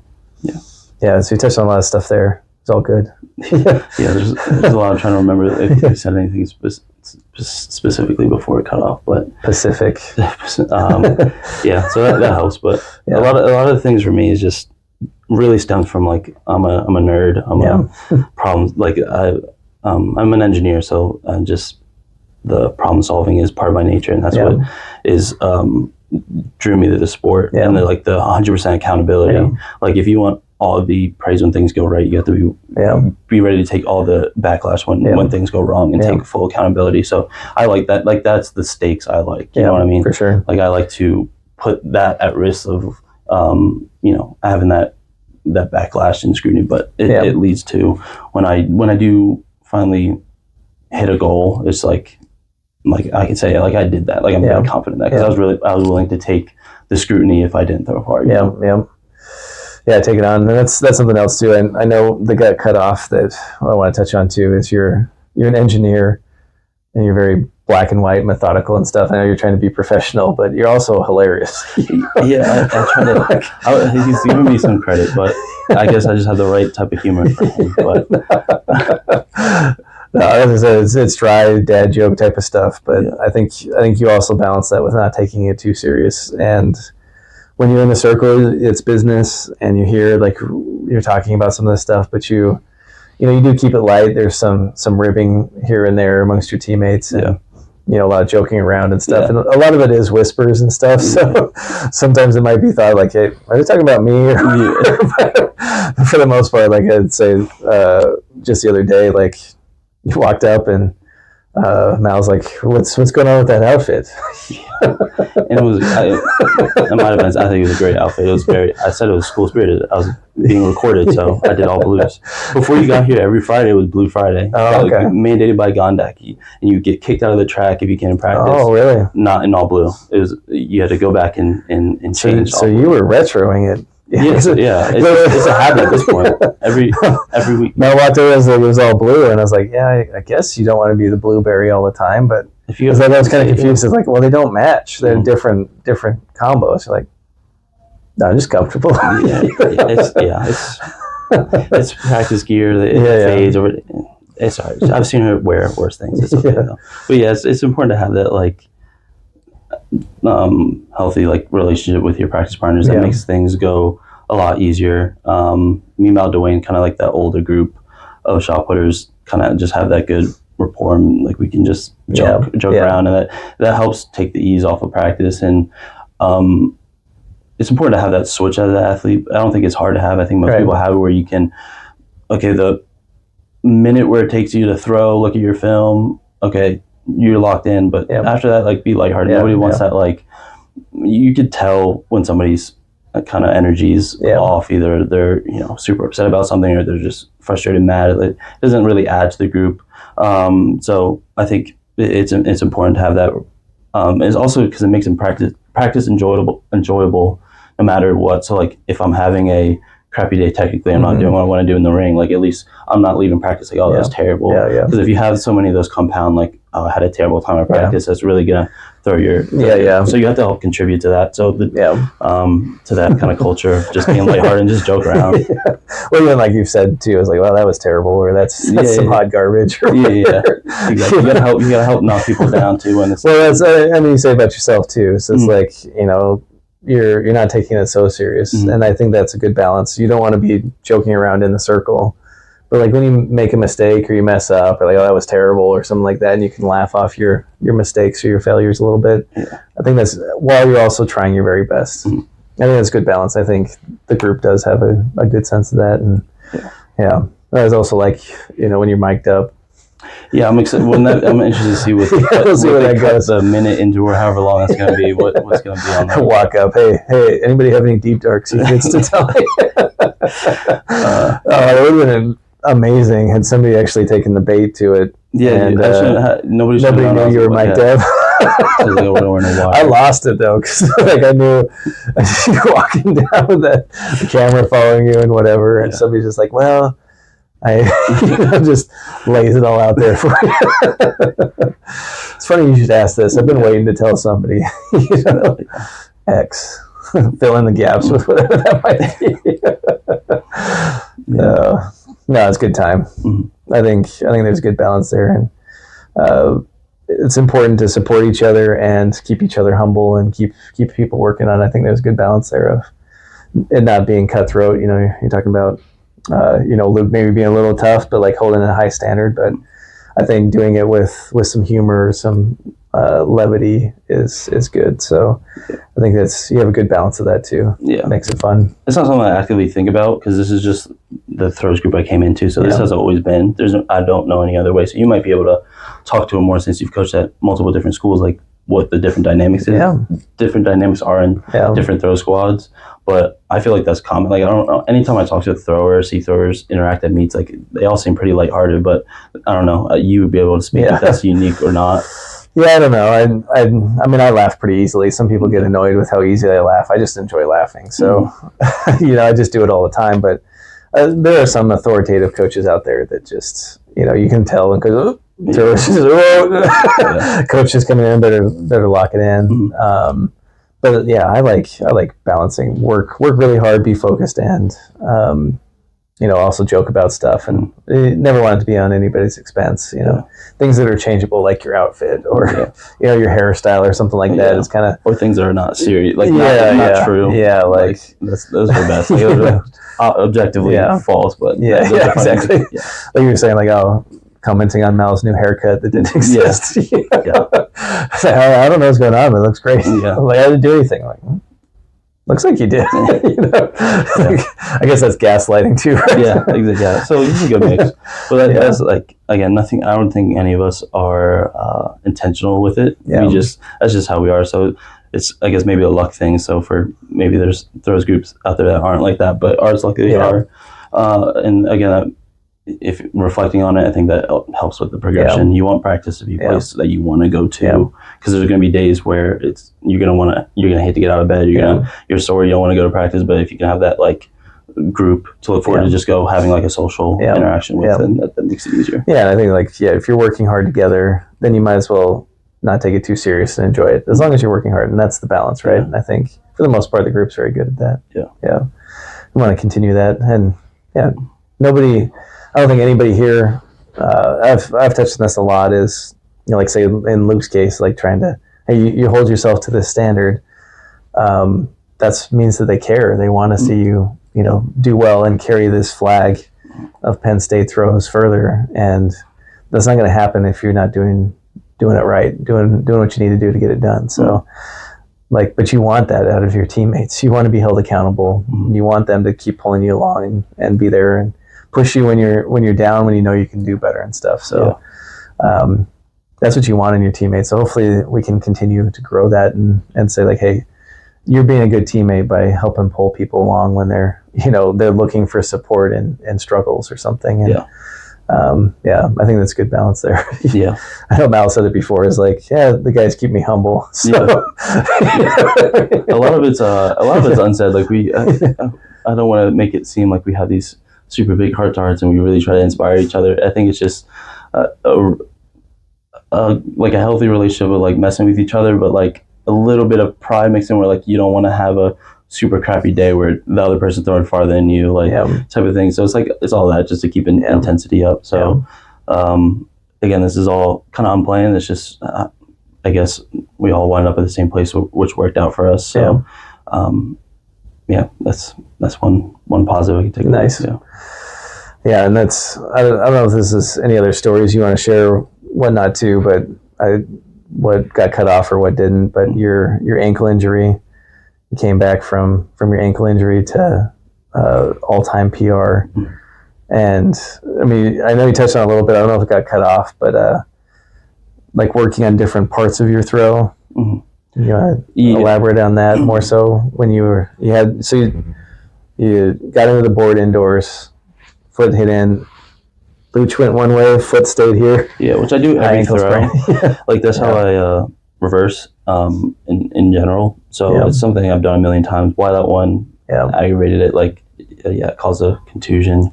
Which it's a pain in the ass because like you can't do anything for it but take time off, but you only want to take so much time off. So it was a balance, but I guess it was the universe's way to make sure I really wanted to turn my right leg, because that was my big cue in the beginning of the year was okay, let me get my hip through a little bit more, even though like I'm a leg thrower, but my hip has to clear at some clear to a certain degree. So I was working on that. That was a big technical change I was making, and of course the injury was to my right leg. So I guess it was the universe making me really want it to I really want to throw like that. So I guess I did. It wasn't anything detrimental as far as like, it wasn't torn ACL. So I'm lucky that was, hindsight, was pretty superficial injury. But after taking the little bit of time off to heal, I think it was like 3 weeks I took pretty off my feet to let the soft tissue stuff heal. But the contusion pain was still there. It's pretty painful, but that's where like every probably successful athlete's gonna encounter injuries like this where they just got to grit through. So it was just one of those times, especially as I get older. There's things that pop up that hurt, but that's part of the sport. And I guess you learn that because if I were to want my body feel 100% healthy, I would never be practicing. So it's a balance of that. So it's just and during that process to not degress too much over that time. It was just breaking down the system into components that I could do. So some stuff was just like sitting on a med ball and throwing a ball. I did a lot of shot swing stuff, and just try to work on the areas that I could work on, and just knowing what those are. I guess it was easy for me because like over, I guess, these drills and these methods over the years I've collected. So now it's just like going into like a storage bank. Like, okay, this is what I can do. That's not too much on my pressure on my leg type of thing. So that was pretty easy for me to store up. But again, a lot of this compounds over time. So it like pays to do the right thing and to pay attention over a long amount of time. Yeah, that's what I was going to touch on too, is you worked so hard on turning it and working on turning that foot in and keeping the left arm back and turning underneath it, and then done. But then it was, I don't know, April-ish where he's like, oh, you were able to do it again. And like I said, it was kind of like riding a bike. because you worked on it before, once you're ready to do it, you were able to start cranking it again and feeling that. And 100% you do it on your PR. So yeah, that was good. That's a small cue I touched on earlier. Like my throw finally got to a point last year where it was finally in like the form I wanted to be, and looking the way, like if I squint, looking the way I wanted to look. So that was a big part. And as a thrower over my career, being willing to take those steps back to make steps forward, because it's hard, because distance immediately goes down. But again, it goes to like doing it the right way. It always pays off. I think I've always had that hindsight over throughout my career, even in high school. Like high school throws were ugly, but I was working towards doing it the right way, because I knew that would have the long-term benefits. One area I didn't do the right way, that I knowingly, I was like, screw it, I'm just going to do it the wrong way just to see distance, is the one thing that still bites me to the ass, in the ass to this day, is my right leg. I remember with the first year I started spinning, I was like, I'm only going to do non-reverses until I can do it right. And then I went from throwing a whopping like 37, averaging around 35, 37 my freshman year with the glide, to averaging like high 20s, low 30s with the spin. And after like a certain amount of time, I was like, screw it, I'm going to start reversing and not, and like just jumping and doing it the wrong way. And that was the one time in my shot career where I can be like, I knowingly did the wrong thing.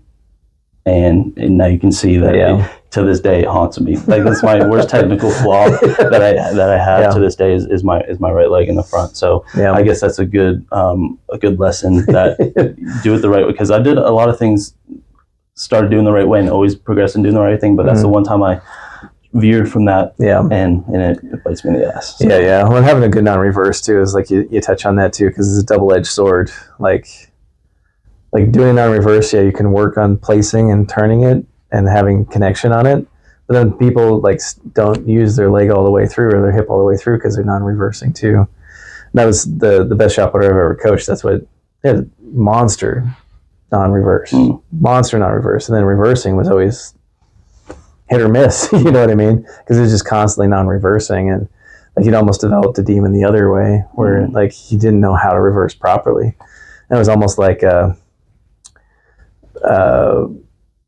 Jurgen Schultz style, like it's non-reverse and it's almost further than my reverse now. It's like, ooh, like you got to find a way to figure this out, and so we almost took away all the nons, and it was a very scary space for this person. So it's funny, like knowing when and how much to do something, and the benefits of it, and it's really just trial and error, knowing this is the process to get it out of myself, because I always struggled with non-reversing, and I was the same way. Just always jump out of it, and I was always told like, hey, this guy with the state record, is this far in the air and he's shot's still in his neck, type of thing. I'm like, so I was taught very different concept than non-reverses, and I always had a terrible non. Exactly. That was, you're getting the bright side of my career, like you're getting the good parts. You missed some ugly throws back in the day, but I think one of the things, especially technically, like you should always be running towards the uncomfortable thing. So I was always better at reversing. Doesn't mean it was technically pretty, but it made the ball go farther. I was horrendous at non-reverse. There's probably a 15-foot gap. So I was like, okay, I gotta buckle down and just do reverses. So it pays off to run towards the uncomfortable things, because the throwing motion is very uncomfortable. You should be in uncomfortable positions. Having that much stretch in your body, in those areas of the body, is uncomfortable. And then the drills that you struggle with used to be really ugly too. Leaned into those, because they all teach you these drills, these breakdowns of the throw teach you valuable things. So you should be able to do all of them. And I guarantee any really far thrower out there is not going to look dirt ugly in a non-reverse. Like they're going to be able to look proficient doing everything that leads up to that throw. So that's kind of one thing, because they all better your final technique in some way or another. No, I agree. This is funny too, because it's maybe not so much now as South Africans are not, because of this. They're like, hey, like when I first got here, I was like, hey, we're just going to do South Africans just so I can establish that nobody was doing them. And like I said, it was bad. You know? Like, and there's some schools of thought that say it's a worthless thing to work on. It's too different.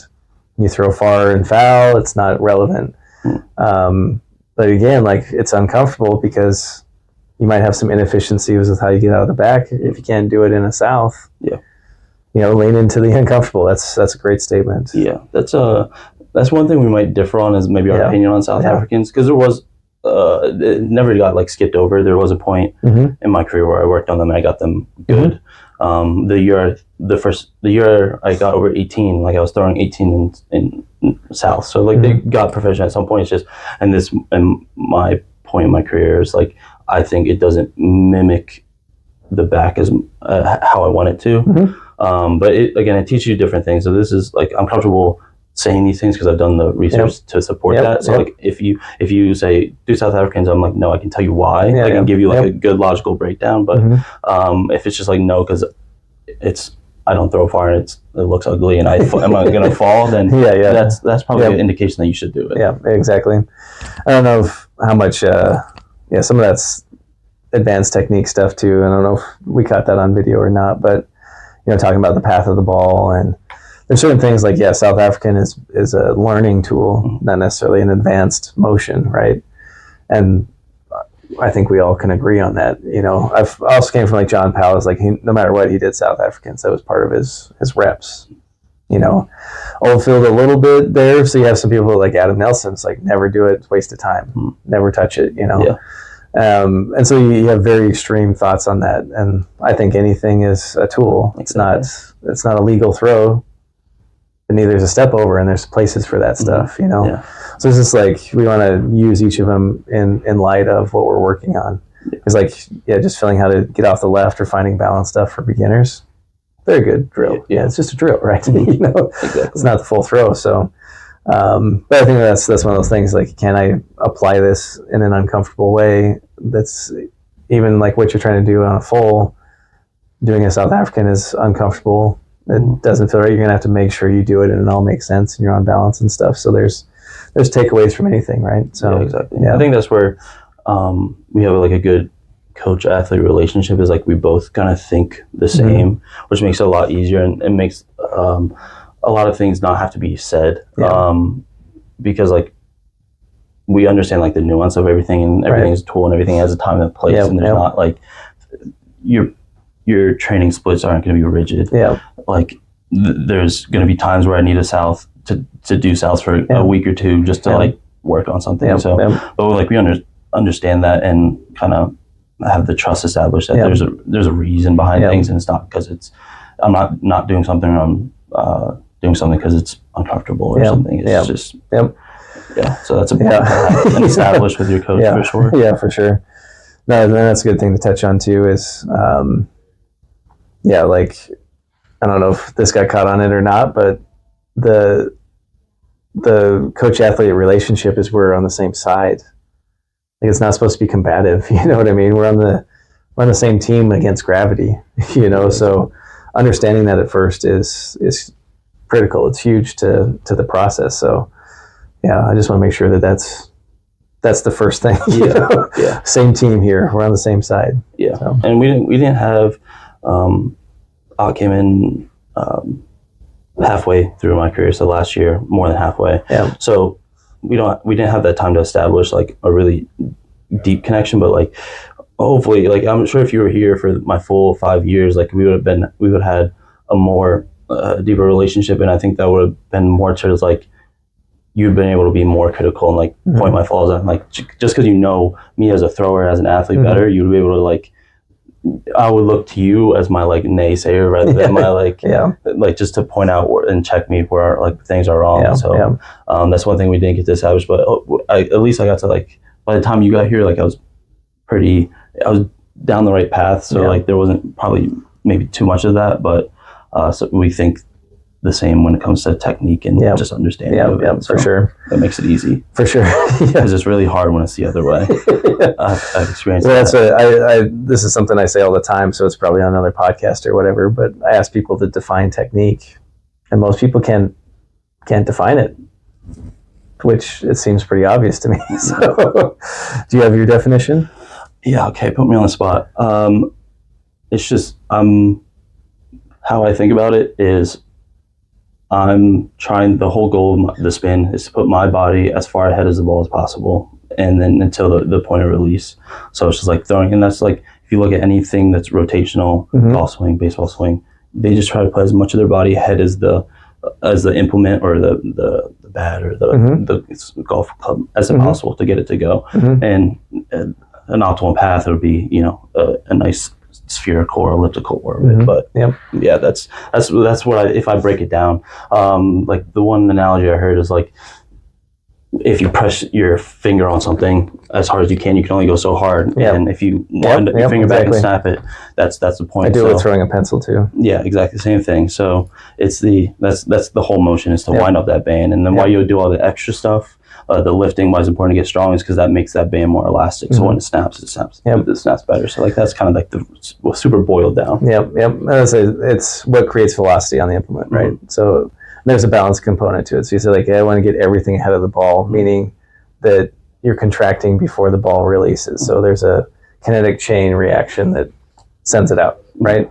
Most people don't have any idea. They're like, well, you know, you want to be back here, chest back here, over to the right. And they start getting into like these very specific things. But if the overall goal is just to create velocity is created by the stronger portions of your body or some elastic or stretch reflex. That's what good technique is. It's what creates velocity and makes it go far. So I can tell pretty early on that you're thinking about those things. So when it's different lingo, obviously you're saying my whole body ahead. That's not how I think about it. But, you know, the same rough goal is we're trying to make things go far in a way that makes sense, right? Some of the minutia side of that is not super important. The big stuff, and I don't know if we caught that too. We like having big shapes. You know, you're saying I have big shapes, big motions, big body movements. You know, so I'm using more of my body, more of my system to feel things. And I think that these are all synonyms for the same type of idea. Yeah, and a lot of things when we talk about technique is like I'm saying my cues, like how I cue it to myself. I usually never sit down with anybody and explain technique. So a lot of this stuff like is a couple words that have a lot lot of context that you wouldn't know if I didn't explain it. So they might not be too explicit. So I guess sorry for the the vagueness, but that's just like that's the words when I think a big orbit or setting my body ahead, that has a whole bunch of context into it. That just registers in my brain. For sure. That's like anything, you know, like you can say in a few words something drastic and there's a lot of subcontext to it. That's normal. But once you kind of feel it, it's like, hey, I'm having a bad day. Yeah, I'm having the worst day ever. You're like, oh, like really? Like I've known you to have some really bad days, and this is the worst day. And like, so you have that subcontext, and so like hearing like, oh yeah, you know, it's big shapes, or I'm feeling like, oh yeah, you got it. You know, I'm feeling the path of the ball. I was like, yeah, wide around, right? Like, okay, exactly. Good. Yeah, it helps when we like have the same concept in mind of what it's supposed to look like. Because big shapes, I might be putting it different than you put it, but we mean the same thing. And once we're like, oh, that means the same thing, we're good. But if you are in the small shapes camp, then it's like then there's no coming to common like there's no understanding there. So that's been really good that we're working towards the same thing. We're thinking of the same way. For sure. Well, I think that's just like I said, education stuff. Like your route, I haven't watched every YouTube video in there. I've kind of gone to people I've trusted, and that's been there. And then I've, you know, gone to other people and asked questions and see how they differ. Because I was before the YouTube age and learning all this stuff. But, you know, so you have a different repertoire of the same type of knowledge camps. Like our bodies work a certain way. We spin a certain way for the most part. There's a lot of commonalities, even when you say like, well, there's big difference in how, say, Krauser moves and Kovacs moves. But they're creating force in a very similar way still. So it's just a matter of the minutia of how they apply it. So as long as it makes sense to you and you're paying attention, like they say, I'm not trying to throw far in practice, but I have a sense like if I do this well or better, then it'll go farther. And as long as that's in place, then I don't sweat the, the little things of, like let's turn our hand here. Yeah, exactly. Or here. The things that don't really. Let's land in or let's start in this position up or down or, whatever else. And like, other thing, like say the only big revolution that's actually valid anymore is the Krauser slide, right? Mm-hmm. And if you know what he's looking to do, it makes sense why he's doing it. Mm. He's like, yeah, there's potential there. And you hear him talk about it. There's potential there, but I can't blow through my position. Yeah. And so if I give too much momentum, I'm just kind of step into it before, and it gives me a little bit more momentum into it. But it's like, but I can't blow through my position. Otherwise, the momentum is not good technique anymore. Even though I'm moving faster, it's not necessarily good. So and I think once you understand that, like he's innovating in a slightly styled addition to rotation shot put, and like you can see his process too. It's like, nope, I know I can go in a static start and I can fill my position. I'm going to slowly add momentum to it. And that's Krauser. I feel like if you just watch his comps, that's what he's going through. It's not rocket science. So he's like the first person since the spin has been invented that has mastered it. So now you can start to like really optimize it and try to look to, because I feel like nobody has gotten to like the technical proficiency where he has. Like he's probably capped out what he can do with the regular spin technique, because he's just, it's almost perfect. I'm sure if he looks at his own film, he's not thinking the same thing. I'm sure you can point out a million things, but as far as like just looking at how much more he can get on the ball, it's like he's starting to limit it down. So the fact that he got that good, so now he has to invent new ways to try to optimize the space he has in the ring more is insane. But it's fun to watch. I can't imagine being that, like I can do this so good that I there's not a million other things I have to work on. As I said, like the qualifying statement is I feel the middle right, I'm on balance, I can still finish it right. Now I just need to get as fast as possible to that, but still hit the middle right. And that's why it's like, hey, I'm playing with more momentum, but I need to also make sure I'm hitting a position well. And you know? And it's like, as long as you're figuring those things out for you, I'm not gonna, like people are like, oh, well, I'm just always gonna do static starts to start my comps with because Krauser does it. Like, maybe for you, we need some momentum just to get out of the back. You might not have that same level of like, and so I don't ever die on those hills, and I don't think any athlete should. It's like, maybe it's a good drill to learn or to kind of pick up on. And, a way like, hey, as long as you just start at the minimum, which you can accomplish, and then build up your throws from there, whatever that looks like, that's good for you. And so, I think it's like the difference you can notice when talking to maybe an unexperienced thrower to talking to like somebody that has that like deeper technical knowledge is like, there's always like 2, 3, 4 steps deeper to every statement. I want to have a wide right leg out the back. For an experience, that would be like, oh, because Kovacs does it. Has the, I guess, wide and high, I should say. And the deeper, like, then there's so much nuance behind that, and there has to be like, So that's where but that's why like this sport is fun for me, because it's like a Russian doll. There's always more. There's always another level. And when you think like, oh yeah, I know a lot, and then you hear like Krauser in like a 10-minute little interview talking about it, and you're like, oh, that's just another level. Like there's just there's more levels. Exactly. Like that's a good one, a Russian doll. There's another one there. Well, like, have you seen these like videos where they just zoom in?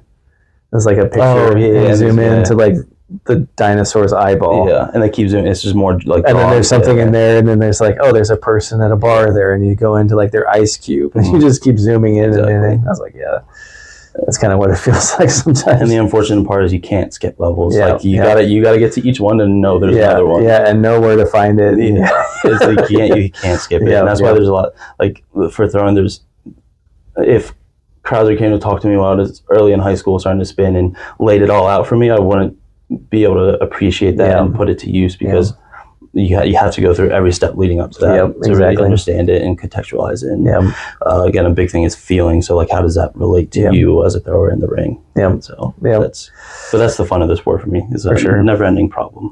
For sure. And like getting your eyes open enough to understand that that's what it is. And like you touched on a wide right leg, for example, that might be the worst thing a new thrower can do to start. But then you're like, hey, but at high levels, this is what we want to do, right? So it's like, each time has to be different. You have to understand why that's there and how that's helping your front. Set up your front, and you have to be very meticulous about how to get there. They'll be like, we'll just keep it wide and then tight, because that's easier to be on balance. Or you don't have enough momentum to have a wider right, and it's a counterbalance and things like that. You're way over people's head if you start talking about that. Like, okay, well, let's just do the next step to be better at it and earn the right to advance to that next level. So yeah, it's a good analogy. That was a good part of like you coming on as a coach, because since that's the fun of the sport, like having a coach that can go in like the technical weeds about like is the fun part, and like also like you've been around. You're not old by any means compared to other throwers coaches, but you've been around and you've been able to pick brains of these other throwers, and again, that's information you're not going to find anywhere but talking to those guys. And as those guys are getting older, their time is come to an end. So like that, this is knowledge that in stories and stuff that you only get from another coach, and you only have access to. I'm not talking about every coach in the NCAA, so this is another source, and like what you got out of it and what you learned through your years of doing it. So that's been the fun part when I was like, oh, this guy's also like a technical dork. Exactly. Well, it's always it's because it's trial and error for me. Like, I'm not the one doing it, so I'm like, yeah, we'll try this and see how it works. And it's experimenting. It's trial and error. So like having how you are, it's like, hey, what's the plan? How's it working, or how's this there? And to see the success you have, I was like, oh, okay, well, this adds more to the repertoire and how you've done things, and can encourage people that way. And it's trial and error, because what works for you might not work for somebody else, and all that. But I love seeing different ways and hearing how people do things and think about it.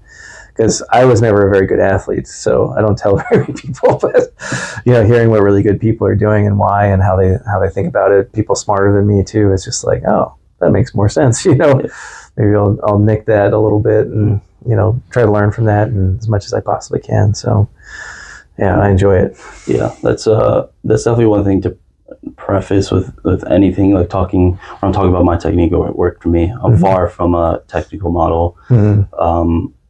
I'm pretty traditional when it comes to technique. It's not anything crazy, but there's a lot of things I can do and get away with that other people can't do and get away with. That's just because I have different strengths and weaknesses. So even though we can think about this from a very like technique from a very logical and dissect the physics behind it and stuff. At the end of the day, it kind of has like one key variable that throws it off, and that's like one is a human body that varies and genetics and different strengths and weaknesses, and those are all variables you can't control. And that's where like biomechanics gets in the way of like optimal physics. So you can't so think about it black and white. Like you have to contextualize it with yourself and what your strengths and weaknesses are. So my throw is good for what my body's capable of. So that's what I was working towards. So. Yeah, for sure. I think that's a good preface for anything is, like your bench press might be X and your squat might be better, and there might be an imbalance there. You're going to throw very different than somebody who, just has a bench and no legs, Exactly. So it's just like, you're going to have to find a different way to do it. And I think that's important to understand that. And again, to me, I pay attention to it. And that's where I like to watch distances, because like, hey, that looked pretty good. And did it go further? Nope. I wonder what happened. And usually I was like, I missed it on my hand or something else. Like, see if you can do that again. You just kind of see, So it's good to have somebody else doing it, because that's typically what I'm doing. And it's always like, so I'm trying to data mine at the same point of like, you have to work with like, I'm not necessarily teaching, I'm helping people learn. And so it's a weird, like, and I know some people hate that I say that type of stuff, but no, teach me what to do, tell me what to do. I was like, I more want you to learn how to learn. I want to put you in a spot where you learn how to move and you will learn why you're doing this stuff.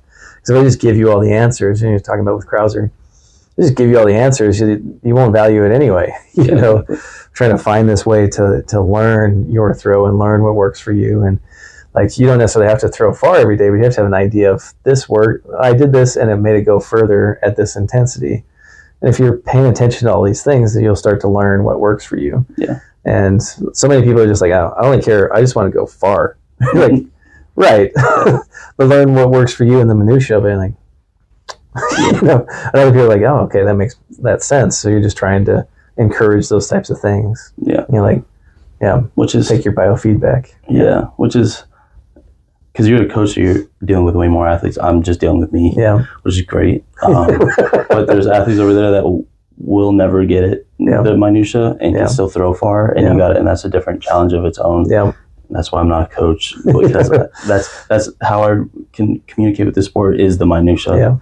But to getting super simple cues to get people to throw far that maybe aren't technically minded, they don't have to be. They're really good athletes. That's just another spider web in its own. Like that's hard. That's another problem to deal with. But that learning how to learn is like really obviously important for this sport, but just in life in general, because I've noticed it so I'm about to graduate degree in electrical engineering. Super hard, right? But like, I didn't learn. Think about, because like I was reflecting like over my college career of academics and athletics, is like, what did I learn? What are some like key technical things? So I have better knowledge of electrical systems and how that works and the physics behind it. But leaving here, like, I don't have nearly enough technical knowledge to be able to technically do anything. But the big thing, like graduating electrical engineering or graduating engineering in general, that those employers are looking for, is like partially that you got through the degree is the hard part, is really just getting through the degree. They're not expecting you to have any technical knowledge or enough technical knowledge to do the job. They know they're going to have to train you extensively. The big thing is that you getting through the degree tells them that, one, you are resilient, because it's hard. It's time management, all that stuff. But the big thing is getting through that degree, you're probably going to learn how to learn. And that's the big thing where I've noticed it compounded. Like now, when encountering harder problems, tests, stuff like that, my process is just way better than it used to be. And if I need to learn something new, a new topic, I know my capstone project, like it was like a different field than we had experience with, but like diving into that, learning to learn, that process is just streamlined. I'm faster at it. So it's just, that's, I guess, a testament to that. It pays off with track too, but it's a real life skill that people should have. And it's probably good that you teach, and that you don't like try to give people the easy answer. Exactly. Force them to do your way. No, it's funny too, because I talk to my wife about this a lot, but in the professional world, like, and my wife is a contract administrator, but like, you have your policies and procedures, ways of doing things, but like, I've taken over so many jobs, and they're like, okay, well, do the paperwork for the visit. And I'm like, where do I go for this? But now I can problem solve it enough to get it done without having to have my hand held. And you're just like, why don't you just tell me how to do it all? Because there's going to be differences, and you have to learn all the different parts. And so what's important is you know how to problem solve. That's why you do everything. When it's tough, you're not going to give up when you struggle. And then, you got to problem solve. And that's almost everything in life. That's relationships. That's whatever job you have. What's the problem here, and how can I get through this, and how can I solve it? And that's the transferable skill, that I think throwing is ready made for, honestly. Like, you're going to have these issues. How can I problem solve this out? And nothing makes me more frustrated than having to handhold, and walk walk somebody through every, inch of the way. And I think that's why throwing in general, especially now, I think a lot more throwers, especially the better throwers, are like nerds, like dorks. Like, it's not just like meathead sport. It's because like this is made for people who like problem solving, can think rationally, and like that process of going deeper. Like most throwers are really competent people. Like successful throwers are really competent people, even outside the sport. Like it takes some level of brain. Well, having brains helps, and it doesn't. It's not a necessity, but it certainly makes the process like easier. For sure. No, I say like one thing. Then this is coming back to shot putting, but like, I don't have to tell you to drill. You see the value in a drill. Like, I can't begin to tell you how many people like are too good to drill. I'll drill every day. You know what I mean? Every day, like, it sounds so obvious, right? They just drill, but like, if I tell somebody to drill, they just go through the pathway. I'm like, You're like, I promise it's important. You're like, I don't. It just makes me tired. Like, how do you get somebody to see the value of it, other than, like, they're in a spot where they can't throw for whatever reason. I need to get more reps in. I have to keep polishing this more. Hey, here's your old friend, the drills. You should be doing this all the time, But that's, again, it's that corn maze. You got to keep pounding that through, and it has to be intentional. You can't just, oh, I'm supposed to be in this position here. Like, no, I'm working on, say, this level of push out of the back, or this type of position. I'm going to work on wrapping it here. I'm going to open this up, this stretch here.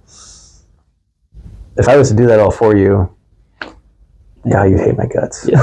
You know what I mean? Like, I couldn't do a good enough job of it. So, yeah, why go down that rabbit hole? Mm.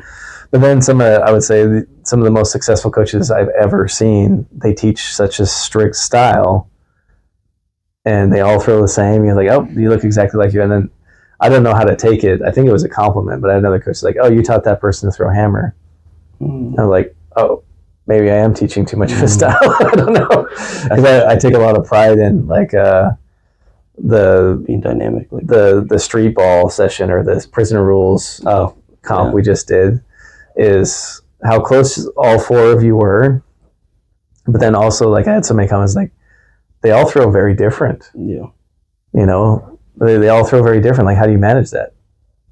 And I was like, by this, you know what I mean? Like, everybody's a different mover. And you look at all four of you guys and how close that was, and it was all the same rules, you know? Yeah. Like, it was wild, and like, I never stopped to appreciate that. But like, some of the best coaches I ever see is like, nope. Like, here, you know, like a robot, everybody's here, synchronized, doing it perfect the same way. And like, I don't know. Yeah. You know? I think that's where we're like noticing the shift is like, that's how the old school coaches were. So, you know, 80s to early 2000s, that's the way. But now your generation of coaches, all those coaches that are right there, like late 30s, early 40s, now they're starting to have that variation and be able to be dynamic with their coaching and adjust the styles. Yeah. Especially, I think, because now there's more diverse athletes coming into the sport that all have different strengths, weaknesses, and backgrounds. It's becoming a little bit more popular. So you're not just getting the standard 6'2" to 6'5", 300-pound dude. That I'm sure if you put the same technique on all of them, they're all going to do. Yeah, they're all going to be fine. So now you kind of pose with that challenge, but it probably makes it more fun for you because it's another Russian doll. Exactly. Like, just keep problem keeps getting more. Which is fun. And it's always a balance of, you know, how to help people learn as opposed to just giving them the answers, and that's fun too. It's its own challenge, but any words of advice? I know we've kind of run long here. I'm gonna do a double check. Yes. I guess any parting words? Any words of advice? You know, ready to retire. I think just know this is a gold mine of information already. But this is for any of the. Maybe there might be like 20 people that watch this, but for any of those 2 or 3 that really enjoy technical weeds, this would be fun. I know I would be eating this up if I was in high school, right. But I think the biggest thing would be to know and acknowledge that this process is going to suck and it's going to be hard all the time. But like, so the quicker you like accept that, the happier you'll be, because like you're always like expecting each day to be so great, and then you're gonna be let down, so that constantly cause that like angst. But like, if you're like, oh, it's gonna suck and that's just what it's gonna be, then it's fine, because like you're working for that one moment. Like there's no really short-term gratification, especially if you come in underdeveloped like I did. Like it was, I think I started late throwing, and then also just didn't have like great technical development, so I was super underdeveloped, so that made the process even harder. But like, it's just for the late term stuff. So just like long-term vision is huge in this sport, because if you're focused on the short term, you're constantly going to have that kind of like you're just going to be upset. It's either your body's hurting, your technique's bad, you're not throwing far. There's always something in the moment, but long term it's for a reason. You know the difference between a child and an adult? No. There's one fundamental difference in how our brains are made up. You know what that is? No. Kids aren't able to see from like multiple steps to get to a goal. That's something you get when you're later. So when somebody says, hey, you're being childish, that's what I mean. You want instant gratification, and our society is based on this instant dopamine instant gratification type of thing.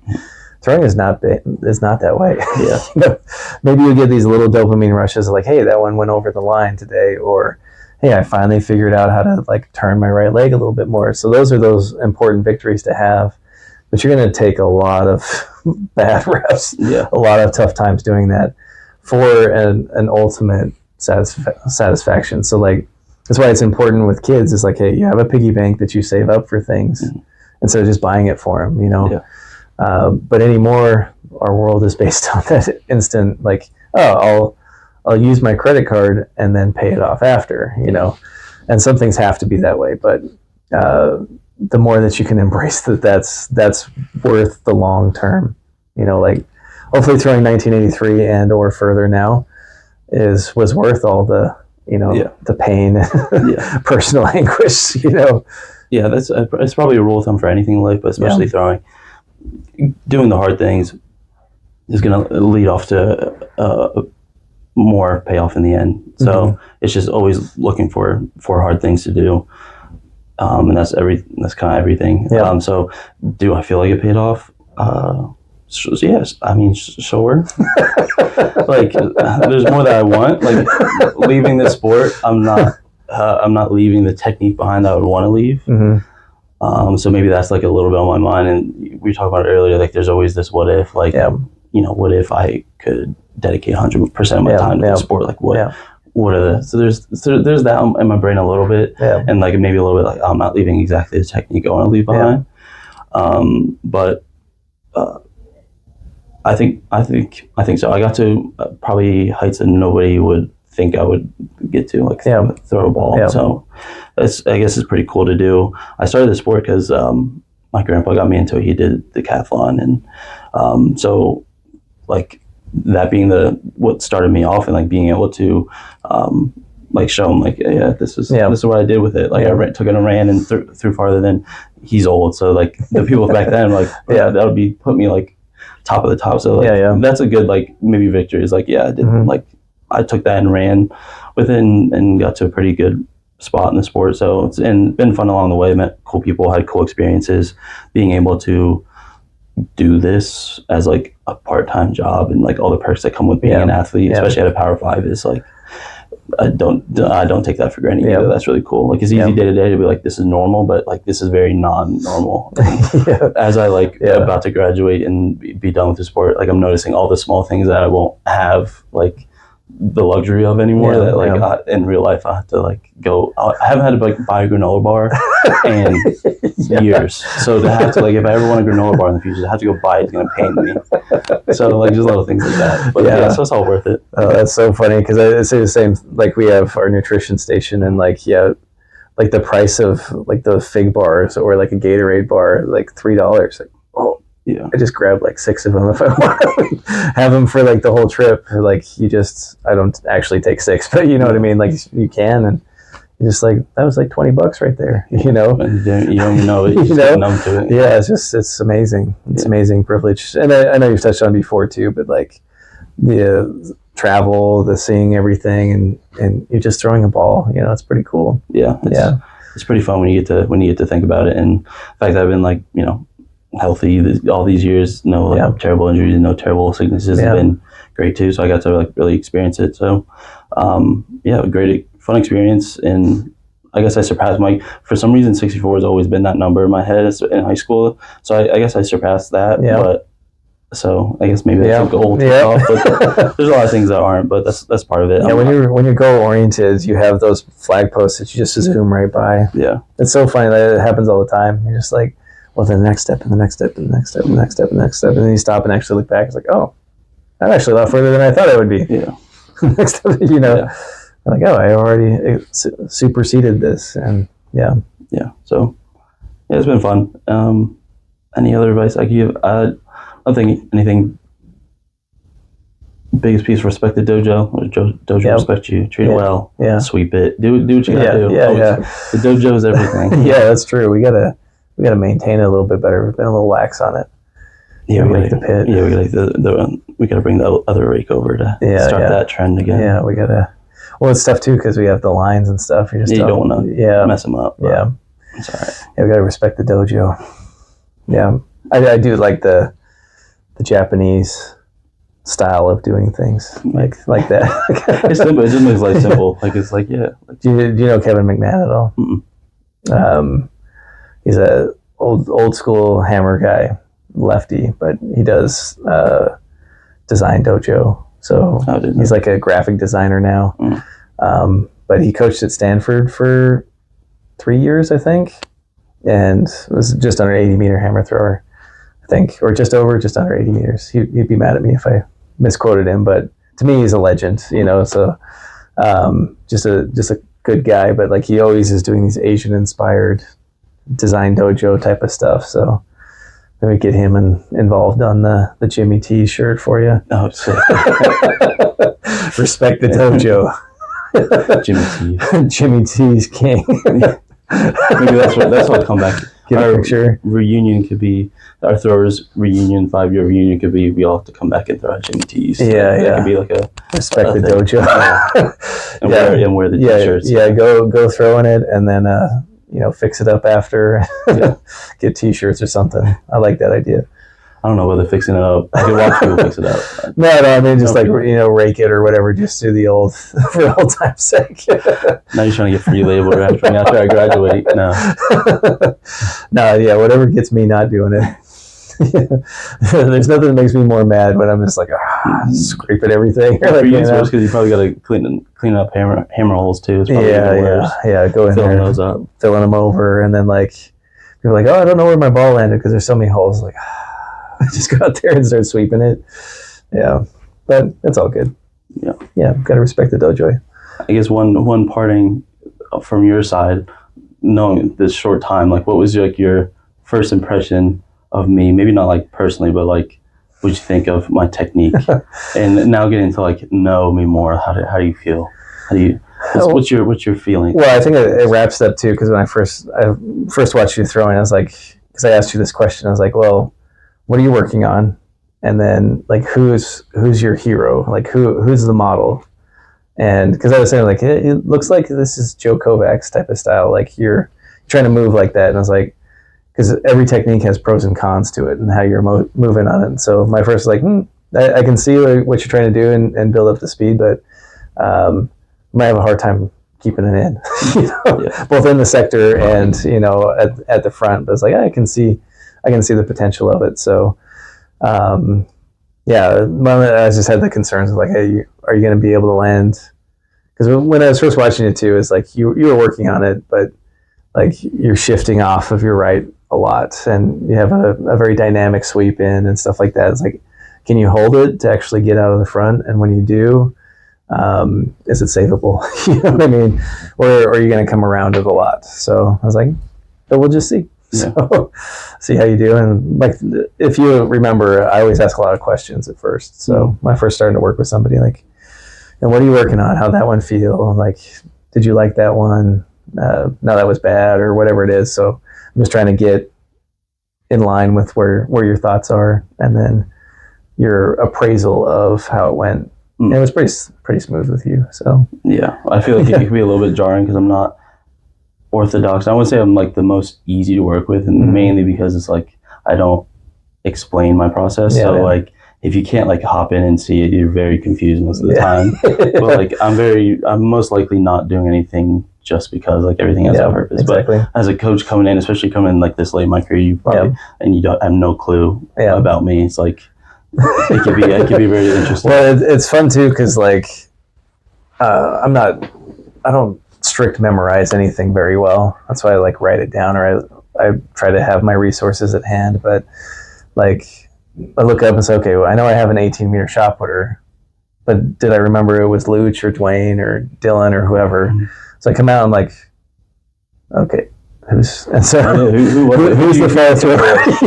Because I'm sure none of it. If you when you're watching our first practice, I'm sure like none of us.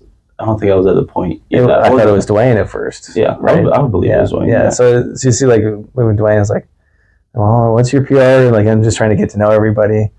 And I think like at that time, I don't think I saw you training over 16 meters range. That's also probably nerve-wracking for you as a coach. Like, this guy's not practicing far, but like that's just how I don't practice at far distances. But then I saw you do like a half that was almost as far, and I'm like, oh, Okay, yeah.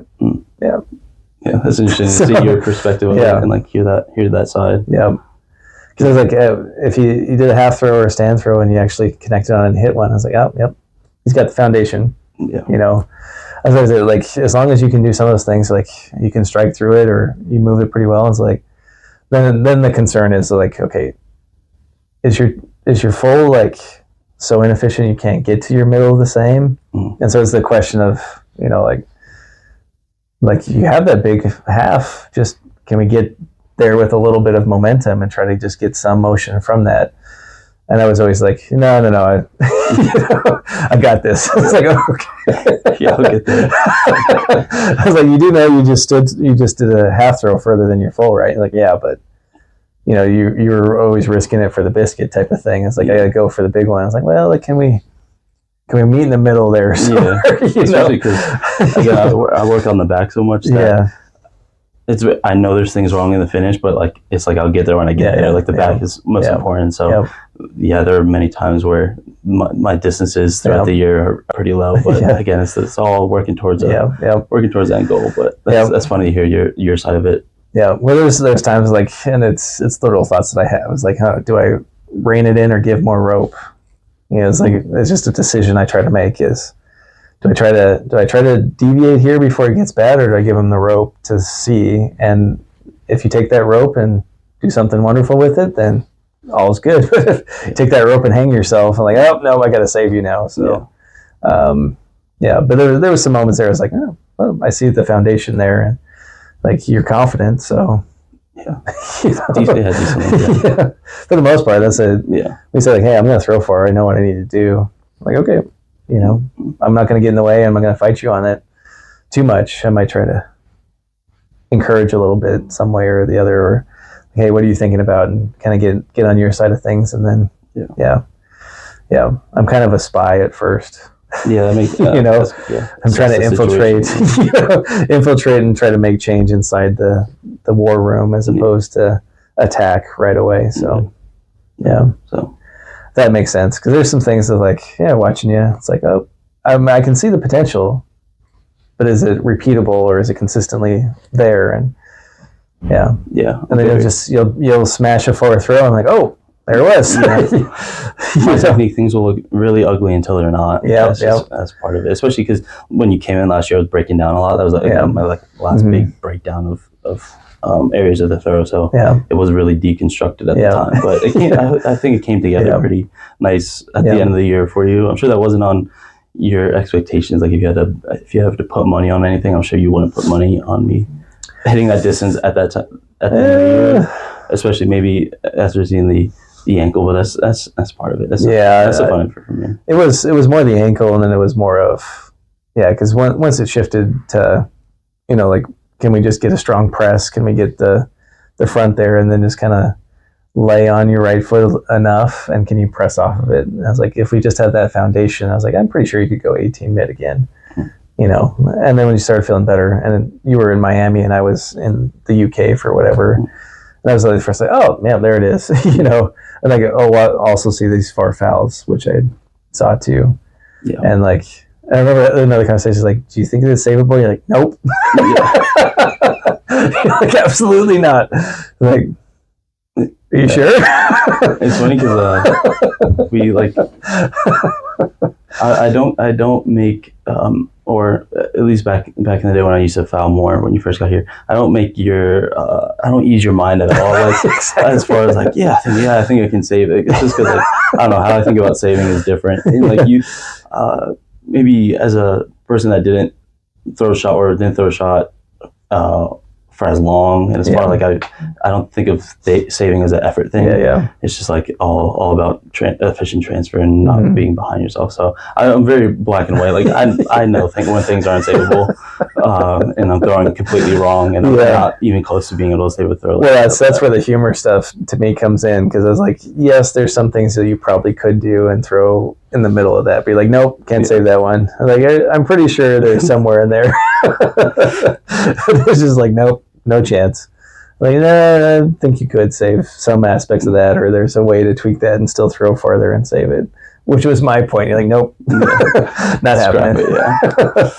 no, that was bad. It's like, well, it did go a lot further. It's like, yeah, but it was bad. You know. Yeah, exactly, yeah. So I understand what you're saying. So that's where I don't know. It's not that you're a guy that's hard to bet on. It's just knowing how you operate. Because I don't let people like in the process, so it makes your job as like you're it's unknown. Well, but again, I'm as I said, I'm constantly data mining. Yeah, that's really what I'm doing at practice more often than not is watching. You know, like I'll record for you, and I'm watching. I don't always give input because it's not necessary. And that's not just for you. It's just times like, I can see what they're working on, and I want to give you a few and remind the cues. Some people I'll get more heavy-handed with, but for the most part, it's just like, I can see what you're working on.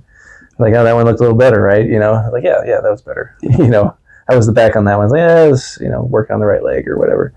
There's always little things that, I'm not trying to get in there and do your job for you either. So it's an interesting dynamic, like having starting to coach an athlete pretty much more than halfway through his career and getting a new coach halfway through your career, especially because with me there's a lot of context to like why I do the things, and if you don't know that, you can either panic or hate me or who knows, whatever the thing is. So that was good. It didn't work out that way, but rest on like kind of the foundation that we're both in agreement of what we're doing, why we're doing what we're doing. So that makes it easy. And that's I knew pretty early. And that's I'm sorry if I didn't let you know that. I know pretty early. Because once I knew where you were coming from, I was like, oh, we're fine. When you came and interviewed here and you like met with us, I was like, oh, I'm good with this guy, because it's like it's for me, throwing is so easy. It's like so black and white. Like it's hard to do it, actually put it in place, but like it doesn't really. It's like that's why it's refreshing, because I say it's easy and I piss people off, and you know who you are. So it's like I always say, it's simple. Like it's just an easy thing. Just adhere to it and just stay on it. It's not something complicated. People get so hot at me for saying that. It's really, I make enemies, unfortunately, because I don't mean to. I just like, hey, this is simple. Let's simplify it. Let's not make it so complicated. Or, like it might be hard for you right now because you have a very strict motor program. Like you skipped non-reverses in your mind. It's like, I'm on your side. That's frustrating, but that doesn't mean we don't work on it. This is a simple idea. Just adhere to it. Yeah, and that's the arm wrestle that I just hate arm wrestling. But coming from a athlete, yes, it's easy, because a coach telling an athlete like it's easy, it's like, oh, well, you're not doing it. Of course, it's grand scheme of things, it's easy. The concepts are easy to understand, easy to implement, hard to execute. Really, that's the hard part, is like repping it. But that's where the whole picture is so important. Like, just drill it. It's hard to do hard. It's nearly impossible to do hard when you're going full intensity. So do it slow, easy, or in easy win scenarios, like doing a drill. Just walking through it, mental rehearsing it. That's easy to get wins. So get those wins. Continually win there, and then it gives you the best chance to do it at higher intensity. So when people understand that, I don't freak out. It's the ones that it's just like it don't. They're like, no, it is complicated, and I'm not smart enough to figure it out. That's where I start to struggle. It's those statements that they're carrying around, and I'm like, no, simplify it. Do what you can do. Make it simple for you. Figure it out for you. Do what works for you to get better at it. I'm like, nope, too complicated for me, or it's too much work. I'm like, what? No. No, come back. This is better here if you just say, like, I can do things, and I can do the next simple thing, or I can do it in a slow speed, and I can do it as a progression and stuff like that. Then that makes sense to people. So I see all those things at play. And I saw it pretty early. So a lot of insights like that made me glad I didn't choose to go down the coaching route, because you have far more patience than I do. Well, people say I have a lot of patience, but really it's priorities. I wouldn't say I'm a very patient guy. I get frustrated when people don't get better at things fast. I'm impatient, and I have a lot of urgency with things like that. And like for me, like when I'm saying like, hey, we got to fix this, or like on this, and I remember the whole team, and all their cues, and the last thing I said before, that I am coming with a sense of urgency. But when it's people are like, yeah, whatever. Yeah. And so I was like, okay, well, the priority is still, and I know this got dropped in the cutting room floor, but I need athletes to believe in what they're doing. That's my top priority, right? They have to believe in what they're doing. That's always going to be my priority. So I'm not going to smash that apart unless it really has to be smashed apart. And throwing will do that for them if I just wait. So I got to maintain their confidence. If that's the one little nugget of this faulty system that's going to go crash and burn, I need to maintain their confidence. So it's just a tactical, like, I am not patient when it comes to some of this stuff. Like, I want to get better at this stuff, and like I have like my expectations for how I did things, and I don't think I'm the super athletic savant in any of this stuff. So it's like, just work on this. A week, we should be better at this. When people are like, a week, a month, 2 months of like, you're not working on it. You know what I mean? Like, I'm here, I'm saying the same or similar type of stuff. Get better at it. I'm really not that patient. I just I have my priorities. Yeah, that makes sense. So, and I try to stick to those priorities, and like the athletes believe in what they're doing. And if it's not exactly what I'm saying, then it's better that they believe in what they're doing. And I try to get on that same board and try to nudge as much as I can. Yeah. And I'll patiently nudge people as long as they're trying hard and they're working on things, you know? Yeah. That's what I'll be Icarus for as long as I have to be, as long as people are doing their stuff. So, yeah. So I guess that was a good thing about this podcast, because I was thinking as I'm ending my career here, I'm like, it's a shame that this is all going to die with me. Exactly. Like, everything in my head is, this is I'm not choosing to get into coaching. It's just, but this is like a nugget. Like, it's a shame you can't really do anything with it after college if you don't become a coach. But at least a little bit of it's here, and if I happen to have a kid down the line, just be looking out for those high school marks. He or she's going to be a beast. I'm hoping to have a girl more. I know I can make her. It's just a way easier. Yeah, it's gone. So just look out. Look at like 20 years if I happen to have a kid. You better be a parent at some point. People say I got good genes. I got to pass them down, but I don't know. Maybe I don't play hard to get or something. I don't know. People say I don't have any opinion. Yeah, see, this is the company I'm glad we got. That's the stuff I wanted to see. Those nuggets. I don't say it. People say I have great genetics, and I need to be doing the world a service by passing that on. Yeah, when I was like 315 in high school, about 40% body fat. If I still ran a sub 540, there's something there. Exactly. And I broad jumped 9-some feet. The genetics are crazy. Yeah. Not many people can do that at 315 all fat. Yeah, exactly. Yeah, exactly. So you need to be passing it on. Yeah. That's right. And you touched on this. That's why I wanted to do it, especially with seniors and high accomplished people like yourself. We got to pass it on. Yeah. At least something. That get with at least being maybe a student athlete during college. There's a lot of things that go into that outside of your sport. So good. No, I hope, like you said, the next Luch, some little high school person at some point I can pass this on to. And I wanted to keep it tight with the group at first, but it's already starting to spill out, and some people are starting to see some of the stuff and starting to get more hits on some of the videos and things. I guess like the beauty of YouTube. If it's on there, people are going to find it. Yeah. So I've watched some really obscure videos in my day with like five viewers on some random throwing video, but sometimes those are the best because it's not really popular content. Like just the weeds of the technique that we just talked about. Not many people are going to care or know what we're saying, but there's those couple people that might help them. Yeah, and you have value. Like the stories that you've had and what you've done has been phenomenal. It's been amazing to be a part of and watch that. And it's not, everybody always says it's not, my path is not the way that I recommend. Yeah, definitely. Everybody always says that, but you learn from everybody's path. And that's the fun. So yeah.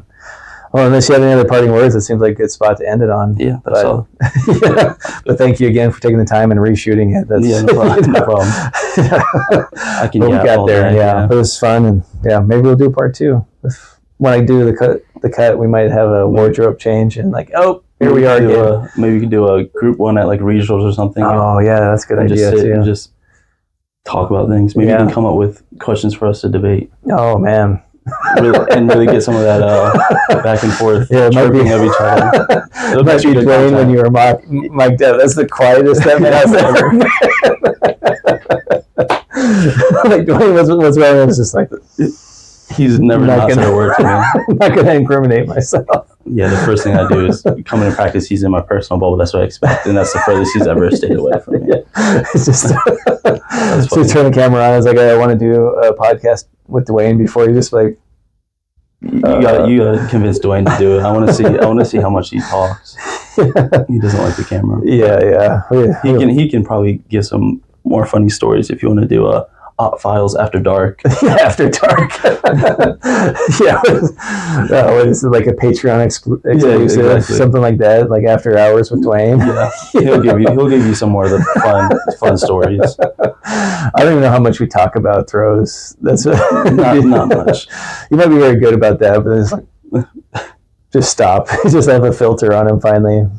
That's what I'm being recorded. Now we know how to quiet Dwayne if we ever need to. Just pull out the camera.